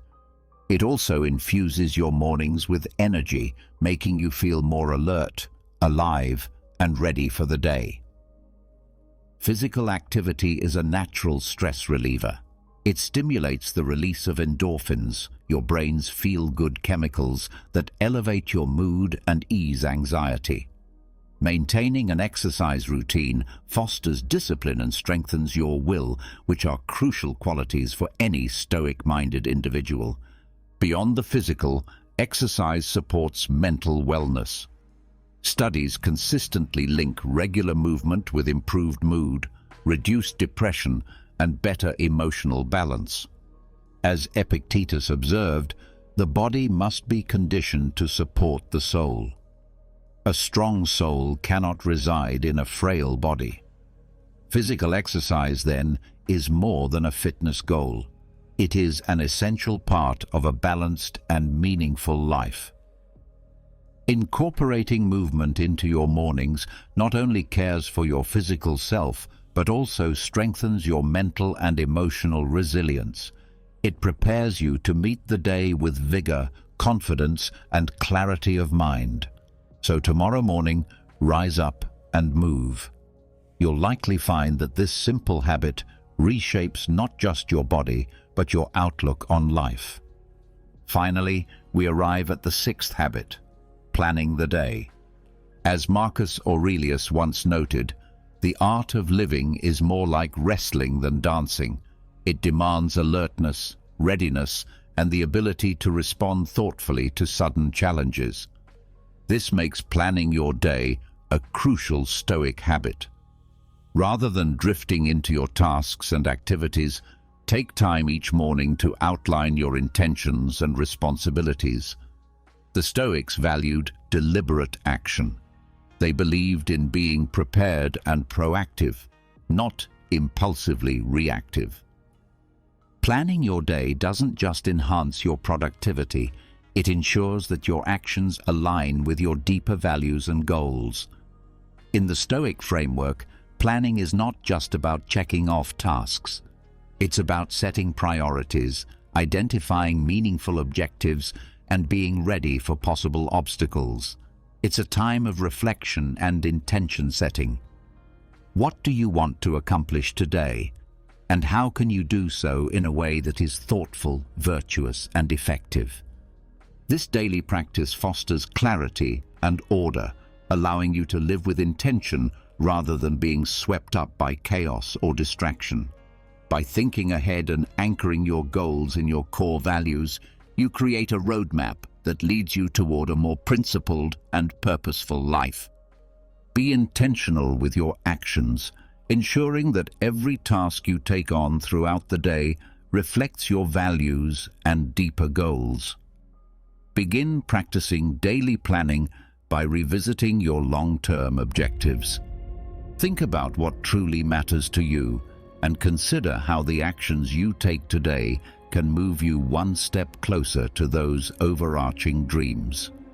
Once you've anchored yourself in your values, write down all the tasks you need to complete during the day. This should include both major responsibilities and everyday routines. Then, organize these tasks based on their importance and urgency. Ask yourself which actions are helping you advance toward your aspirations and which are essential for your well-being and that of the people around you. Next, create a daily schedule. Allocate specific time slots for each task, being mindful of your energy levels and ability to focus. Make sure to include short breaks and moments of rest so you don't burn out. Prepare yourself mentally for obstacles that might arise. Anticipate potential challenges and think through possible solutions and strategies to deal with disruptions or distractions before they occur. At the end of the day, pause to review your progress. Look at what you accomplished and make adjustments to your approach where necessary. Reflect on what worked well and what could be improved. The benefits of daily planning are numerous and powerful. First, it enhances your productivity. By planning ahead, you become more organized and efficient, allowing you to get more done in less time. Second, it significantly reduces stress. Knowing exactly what needs to be done and when gives you a greater sense of control and lessens anxiety. Third, planning sharpens your focus. When you know what's truly important, it's easier to stay on task and avoid distractions. Fourth, it supports your long-term ambitions. Daily planning keeps your goals in front of you, ensuring that you're making steady progress each day. Finally, it cultivates resilience. When you've already considered potential setbacks and planned how to deal with them, you're more equipped to stay calm and adaptable when the unexpected happens. As the philosopher Seneca wisely said, if you don't know to which port you are sailing, no wind will be favorable. Planning your day is a transformative habit that brings clarity, direction, and purpose to your life. When you take time each morning to set your priorities and structure your time, you align your actions with your values and intentions. This habit not only improves how much you get done, but it also deepens your ability to live a more intentional, meaningful life. So, tomorrow morning, give yourself the gift of planning your day and observe how it begins to reshape your experience of life. Another foundational habit is establishing a connection with nature. Marcus Aurelius once reflected that the happiness of your life depends on the quality of your thoughts. So strive to keep your mind aligned with nature and free from anything that strays from virtue. This seventh Stoic morning habit involves reconnecting with the natural world. The Stoics held nature in high regard, believing that living in harmony with it was key to cultivating peace and wisdom. Spending time in nature every morning can instill a sense of calm, renew your spirit, and remind you of the beauty and order that exists all around you. In the Stoic perspective, nature serves as a guide and a mirror. It teaches us about simplicity, resilience, and balance. By immersing ourselves in the natural world, we observe timeless patterns and principles that can bring clarity and wisdom to our daily lives. To begin this practice, dedicate a few minutes each morning to being outside. Whether it's in your garden, a nearby park, or simply on your balcony, take time to truly notice the world around you. Look at the trees, listen to the birds, feel the morning breeze against your skin. This intentional act of observation anchors you in the present moment and aligns you with the rhythms of life. Use this opportunity to practice deep breathing. Inhale the fresh air, let it fill you with calm and energy, and exhale any tension. Consider the silent lessons offered by nature, how plants grow slowly and steadily, how animals move in harmony with their environment. Reflect on how you might bring some of that same grace and resilience into your own way of living. If possible, combine this moment of nature connection with physical activity. A walk, a light jog, or even gentle yoga practiced outdoors can help you benefit physically while nurturing your inner stillness. The rewards of connecting with nature in the morning are profound. Being in natural surroundings soothes the nervous system, easing stress and anxiety and promoting inner peace. The sights and sounds of nature clear your mind and boost both focus and creativity. Breathing clean air and moving your body outdoors infuse you with vitality and prepare you to meet the day with clarity and energy. Observing nature roots you in the present, enhancing your mindfulness and deepening your sense of gratitude. The eighth and final Stoic morning habit is the deliberate practice of resilience. True contentment, according to Stoicism, comes from cultivating resilience, learning to embrace the present without being enslaved by fears of the future. Resilience is about building the inner strength to bounce back from challenges and adapt to change. For the Stoics, this wasn't just a coping mechanism, it was a necessary virtue for facing life's inevitable hardships with courage and wisdom. The Stoic practice of resilience begins with mental preparation. Take a moment in the morning to imagine the potential obstacles you might face that day. These could include workplace frustrations, strained conversations, or unexpected stressors. Visualizing them helps you avoid being caught off guard. Prepare your mind to meet these challenges with composure. Remind yourself that while you may not control what happens, you always control how you respond. Choose to face difficulty with resolve and clarity. Adopt an attitude of acceptance toward the things you cannot change. Life naturally comes with both highs and lows, and part of resilience is understanding that adversity is not an enemy, it is a teacher. Within each struggle lies a lesson.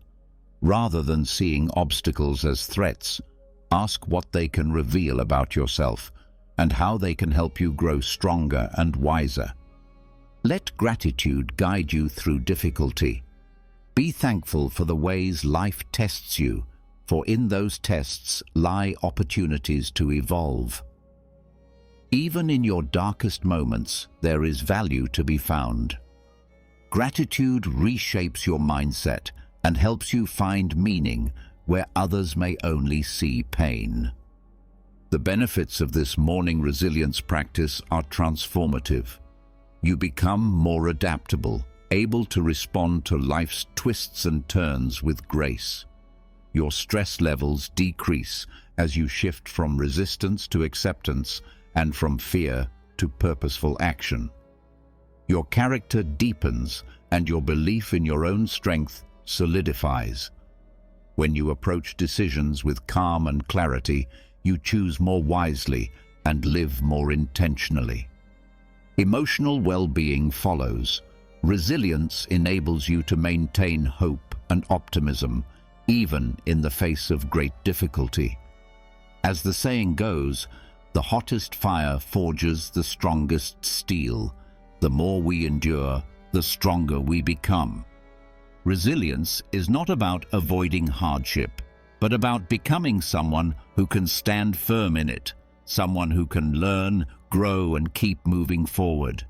So, tomorrow morning, carve out a moment to prepare your heart and mind for whatever may come.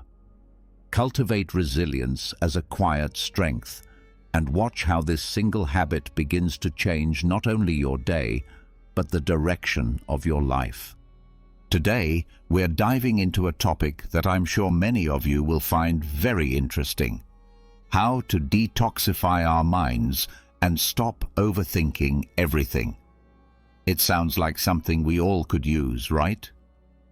There are times when our minds feel like a whirlwind, constantly spinning with endless thoughts, worries, and doubts that prevent us from being able to fully enjoy the present moment. But don't worry, because today I'm going to share 16 simple strategies based on Stoic philosophy that will help you free your mind and find inner peace. Imagine this: you're in bed, ready to fall asleep, but your mind is racing with thoughts about work, family, unmet goals, and even the future. You keep tossing and turning, unable to quiet the noise in your head. This is something we've all experienced at one point or another, but it doesn't have to be this way. The Stoics, with their ancient wisdom, teach us that we can train our minds to be calmer and more focused. And that's exactly what we're going to explore today. These 16 strategies, grounded in Stoic philosophy, are designed to help us live a more serene and balanced life. We'll take a closer look at each strategy, explaining not only how to apply them in our daily lives, but also why they work and how they can transform the way we think. To make this even more meaningful, I'll accompany each strategy with a special quote from a Stoic philosopher that will inspire you and help you understand the concept better. Let's start with the first strategy: the power of positive affirmations. This may sound simple, but it's often overlooked, and yet it can have a great impact. Seneca, a well-known Stoic philosopher, once said, "The greatest part of happiness depends on our disposition, not our circumstances." Positive affirmations are statements we repeat to ourselves with the intention of fostering a positive mindset and empowering ourselves. They are important because our thoughts have a profound effect on our perception of reality. If we constantly tell ourselves negative things, we'll begin to see the world in a negative light. However, if we change that internal dialogue and start telling ourselves positive things, our perspective can change drastically. For example, imagine waking up in the morning and the first thought you have is, "Today is going to be a difficult day." That thought will likely influence how you approach the rest of your day. But if instead you tell yourself, "Today I have the opportunity to do amazing things," that affirmation can motivate you and set a more positive tone for your day. Positive affirmations work because they help us reprogram our minds, shifting our focus toward achievement rather than fear. This reduces anxiety and rumination, helping us stay focused on constructive thoughts.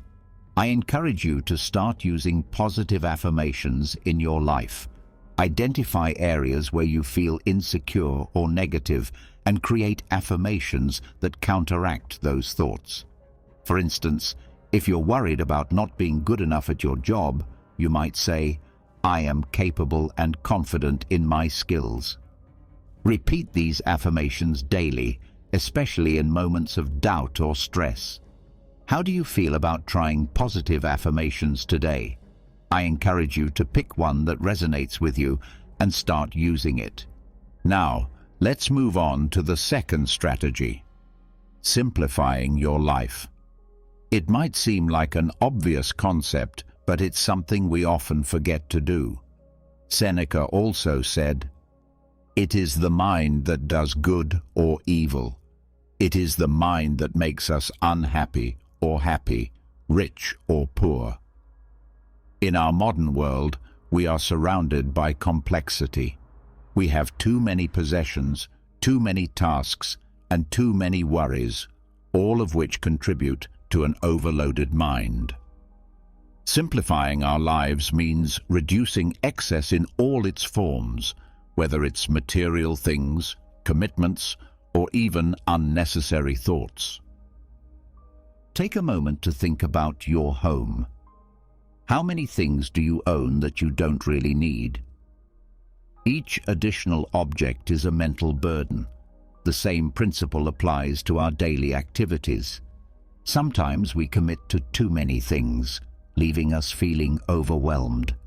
By simplifying, we create more space in our lives and in our minds.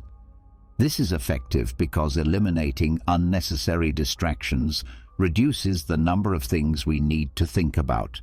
The fewer things we have to worry about, the fewer decisions we need to make, and the less mental clutter we have to manage.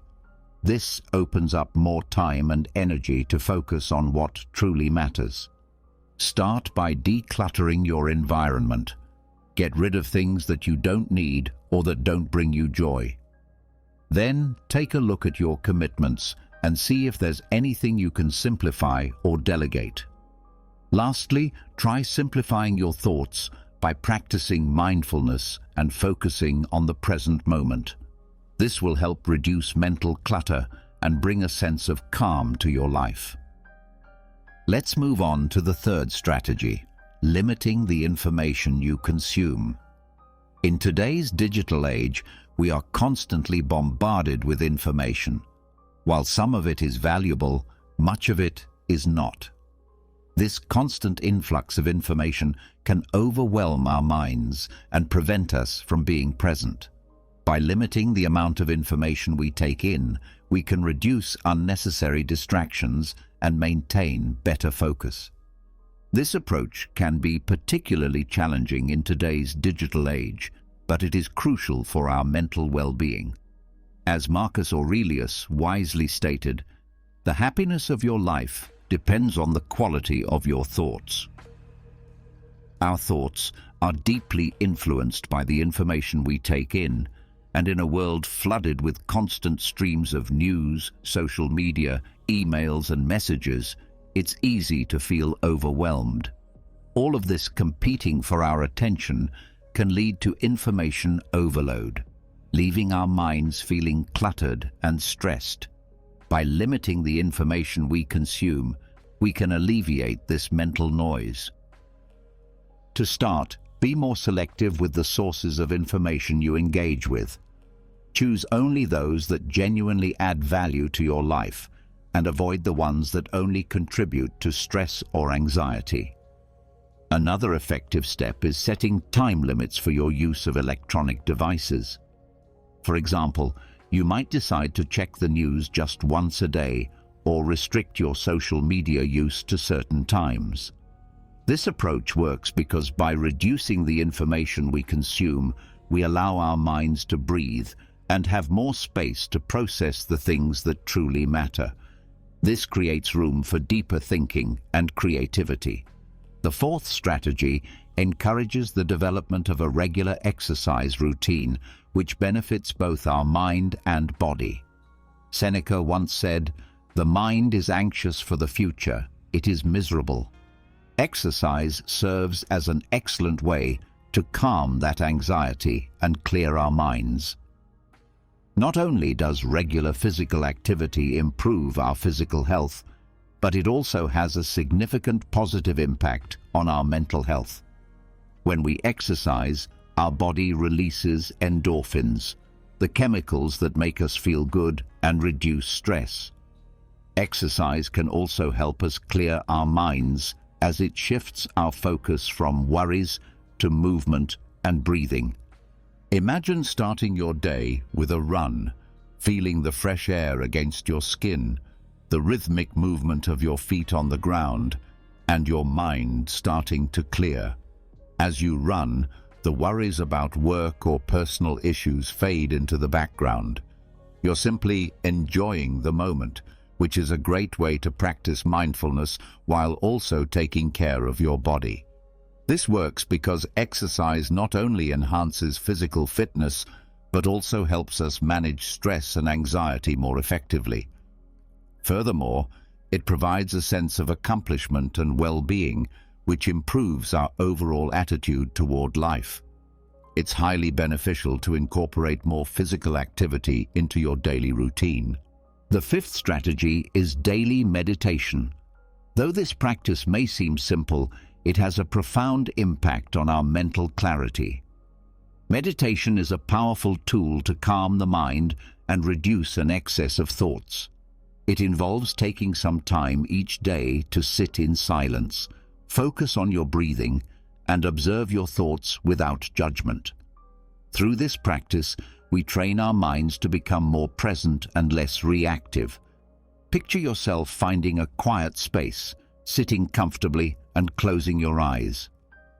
As you breathe deeply, you focus on the sensation of the air entering and leaving your lungs. If your mind starts to wander, you gently guide it back to your breath without self-criticism. This regular practice helps reduce stress and anxiety, allowing you to better manage the challenges of daily life. It works because meditation teaches us to observe our thoughts without becoming attached to them. Over time, this creates mental space, helping us see things more clearly and with less emotional attachment. It also reduces the volume of overwhelming thoughts and leads to a more calm and focused mind. The sixth strategy is about setting clear limits. This is crucial for maintaining peace of mind. Epictetus, a Stoic philosopher, reminds us, "No one can hurt you without your consent."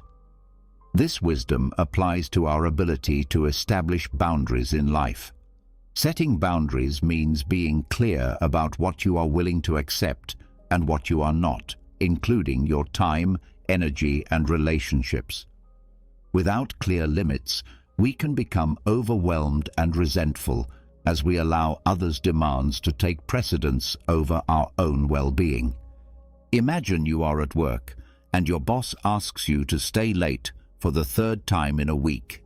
Setting a boundary could mean respectfully saying, "I understand this is important, but I also need time to rest and recharge.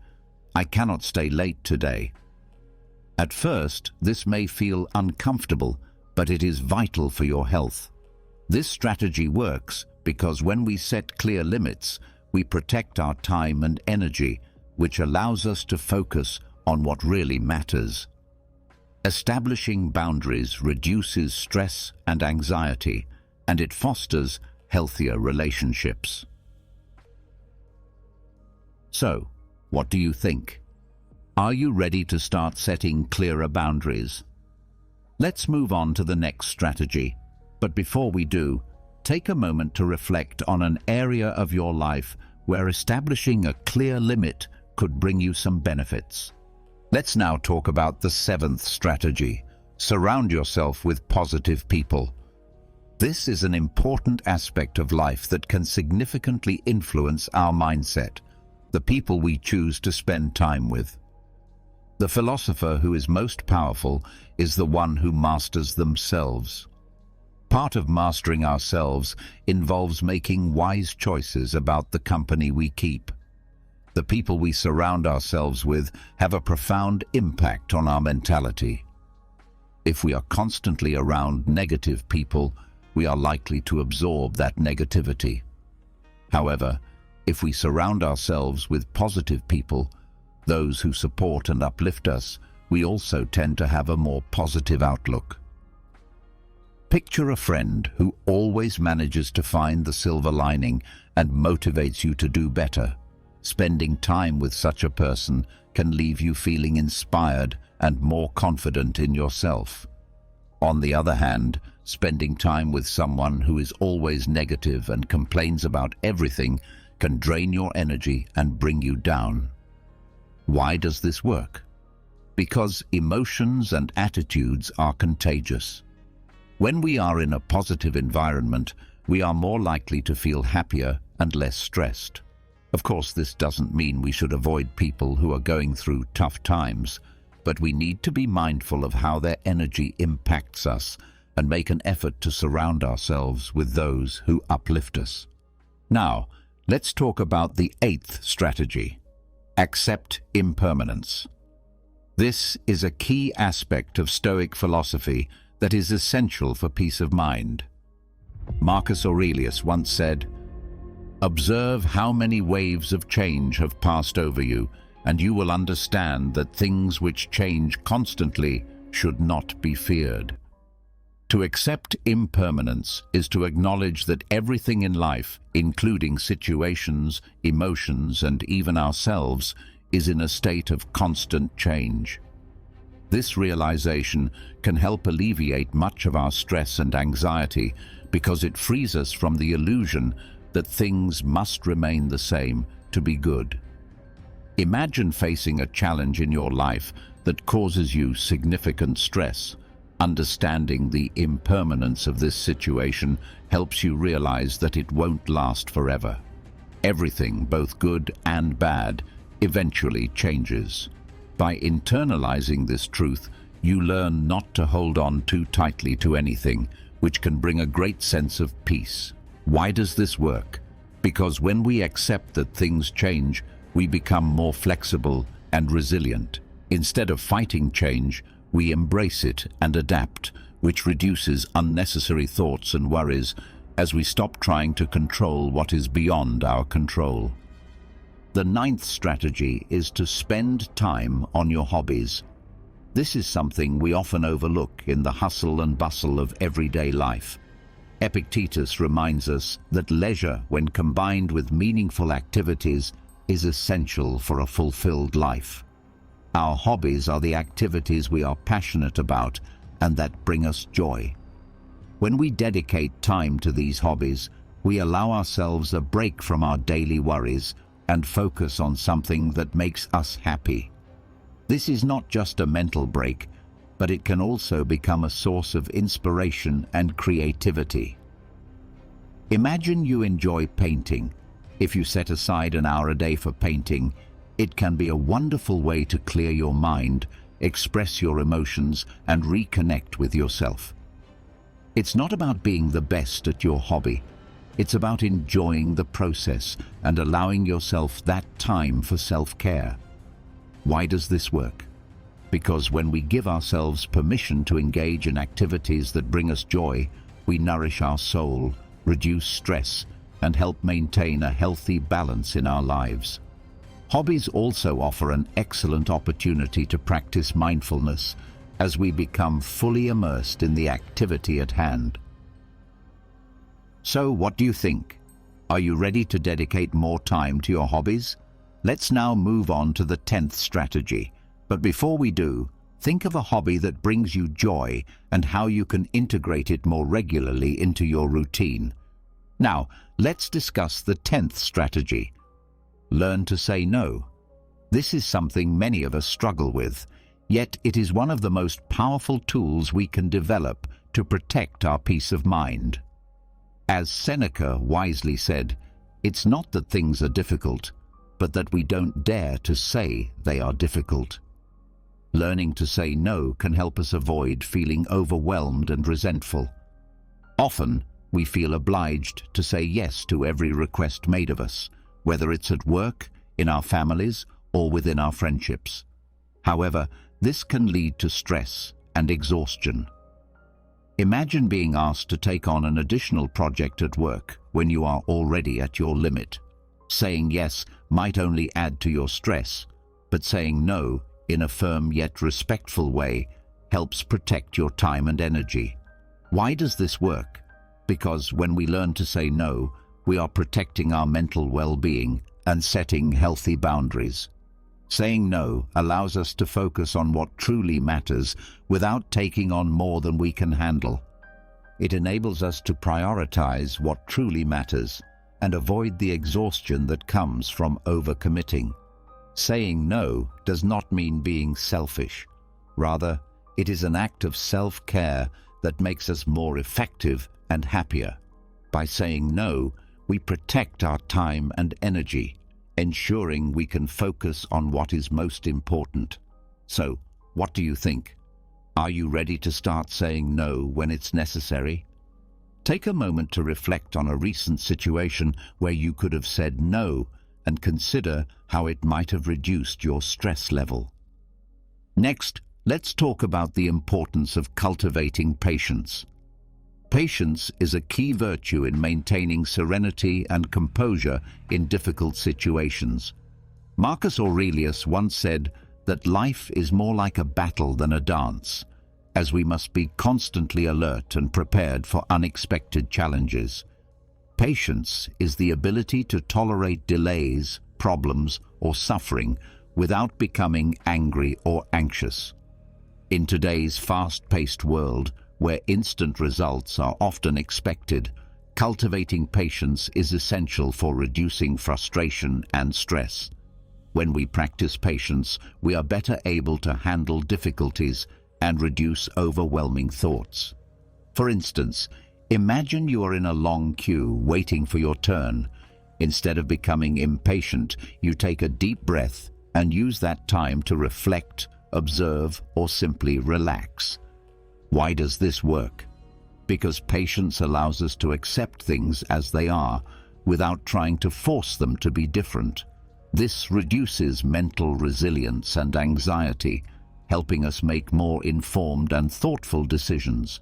Reflect on a recent situation where you could have been more patient and how it would have changed your experience. Now, let's explore the 12th strategy: finding time for nature. Spending time outdoors in nature can have a profoundly calming effect on our minds.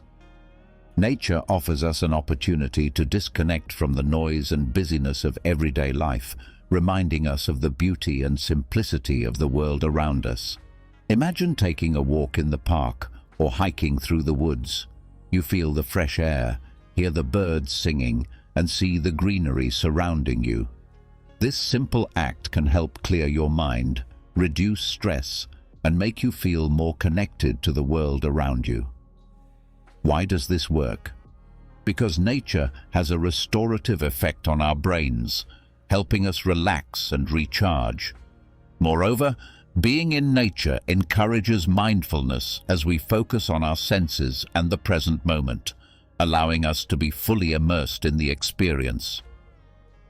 Another important strategy is to take a regular digital break. In our digital age, we are constantly connected to our devices, which can lead to information overload and a constantly busy mind. A digital disconnection involves taking a break from electronic devices and the constant stream of information they bring. Imagine spending a whole day without checking your phone, reading emails, or scrolling through social media. At first, it might feel strange, but soon you'll notice a sense of freedom and peace of mind. You will have more time to be present, enjoy activities without interruptions, and reconnect with yourself. Why is this effective? Because disconnecting digitally gives our minds a rest from the constant bombardment of stimuli, reducing stress and anxiety. It allows us to be more focused and present in our lives, and also helps us develop a healthier relationship with technology, using it in a more intentional and mindful way. Finally, let's talk about the power of practicing forgiveness. Epictetus taught that it is not what happens to us, but how we react to it, that matters. Forgiveness is not about justifying the negative behavior of others, but about freeing ourselves from the grip of resentment and bitterness.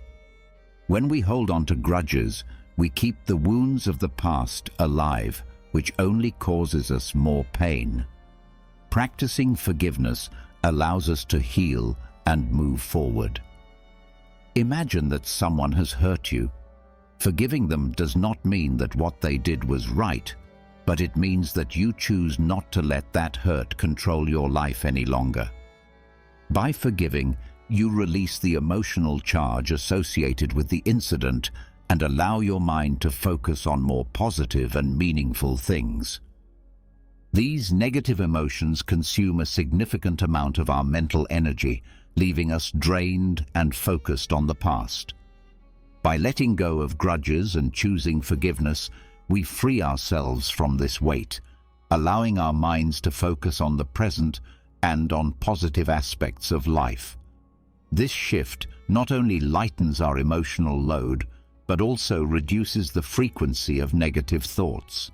In turn, we can improve our mental health, making room for more positivity and allowing us to live fuller and happier lives. So, what do you think? Are you ready to embrace the practice of forgiveness? Take a moment to reflect on a situation where forgiving someone could have a profound impact on your life, and think about how that could change your experience moving forward. Next, we move on to the fifth strategy: keeping a personal journal. Writing in a journal is a powerful practice that can help you organize your thoughts and emotions. Marcus Aurelius, in his Meditations, demonstrated how writing can serve as a tool for introspection and achieving mental clarity. By regularly recording your thoughts, you give yourself the freedom to express your emotions, helping you understand them better and find solutions to your problems. For instance, imagine you're feeling overwhelmed by a challenging situation in your life. Writing about it in your journal allows you to explore your feelings, process your thoughts, and consider possible approaches to the issue at hand. This act not only helps you navigate through your emotions, but also alleviates mental burden by transferring your thoughts from your mind onto paper. Why does this work? Because writing organizes our thoughts and offers a fresh perspective, which is incredibly helpful for reducing stress and anxiety. Journaling acts as a form of self-therapy, fostering personal growth and enhancing self-understanding. The final strategy we will discuss is practicing self-compassion. As Shaker often reminded us, we suffer more in our imaginations than in reality.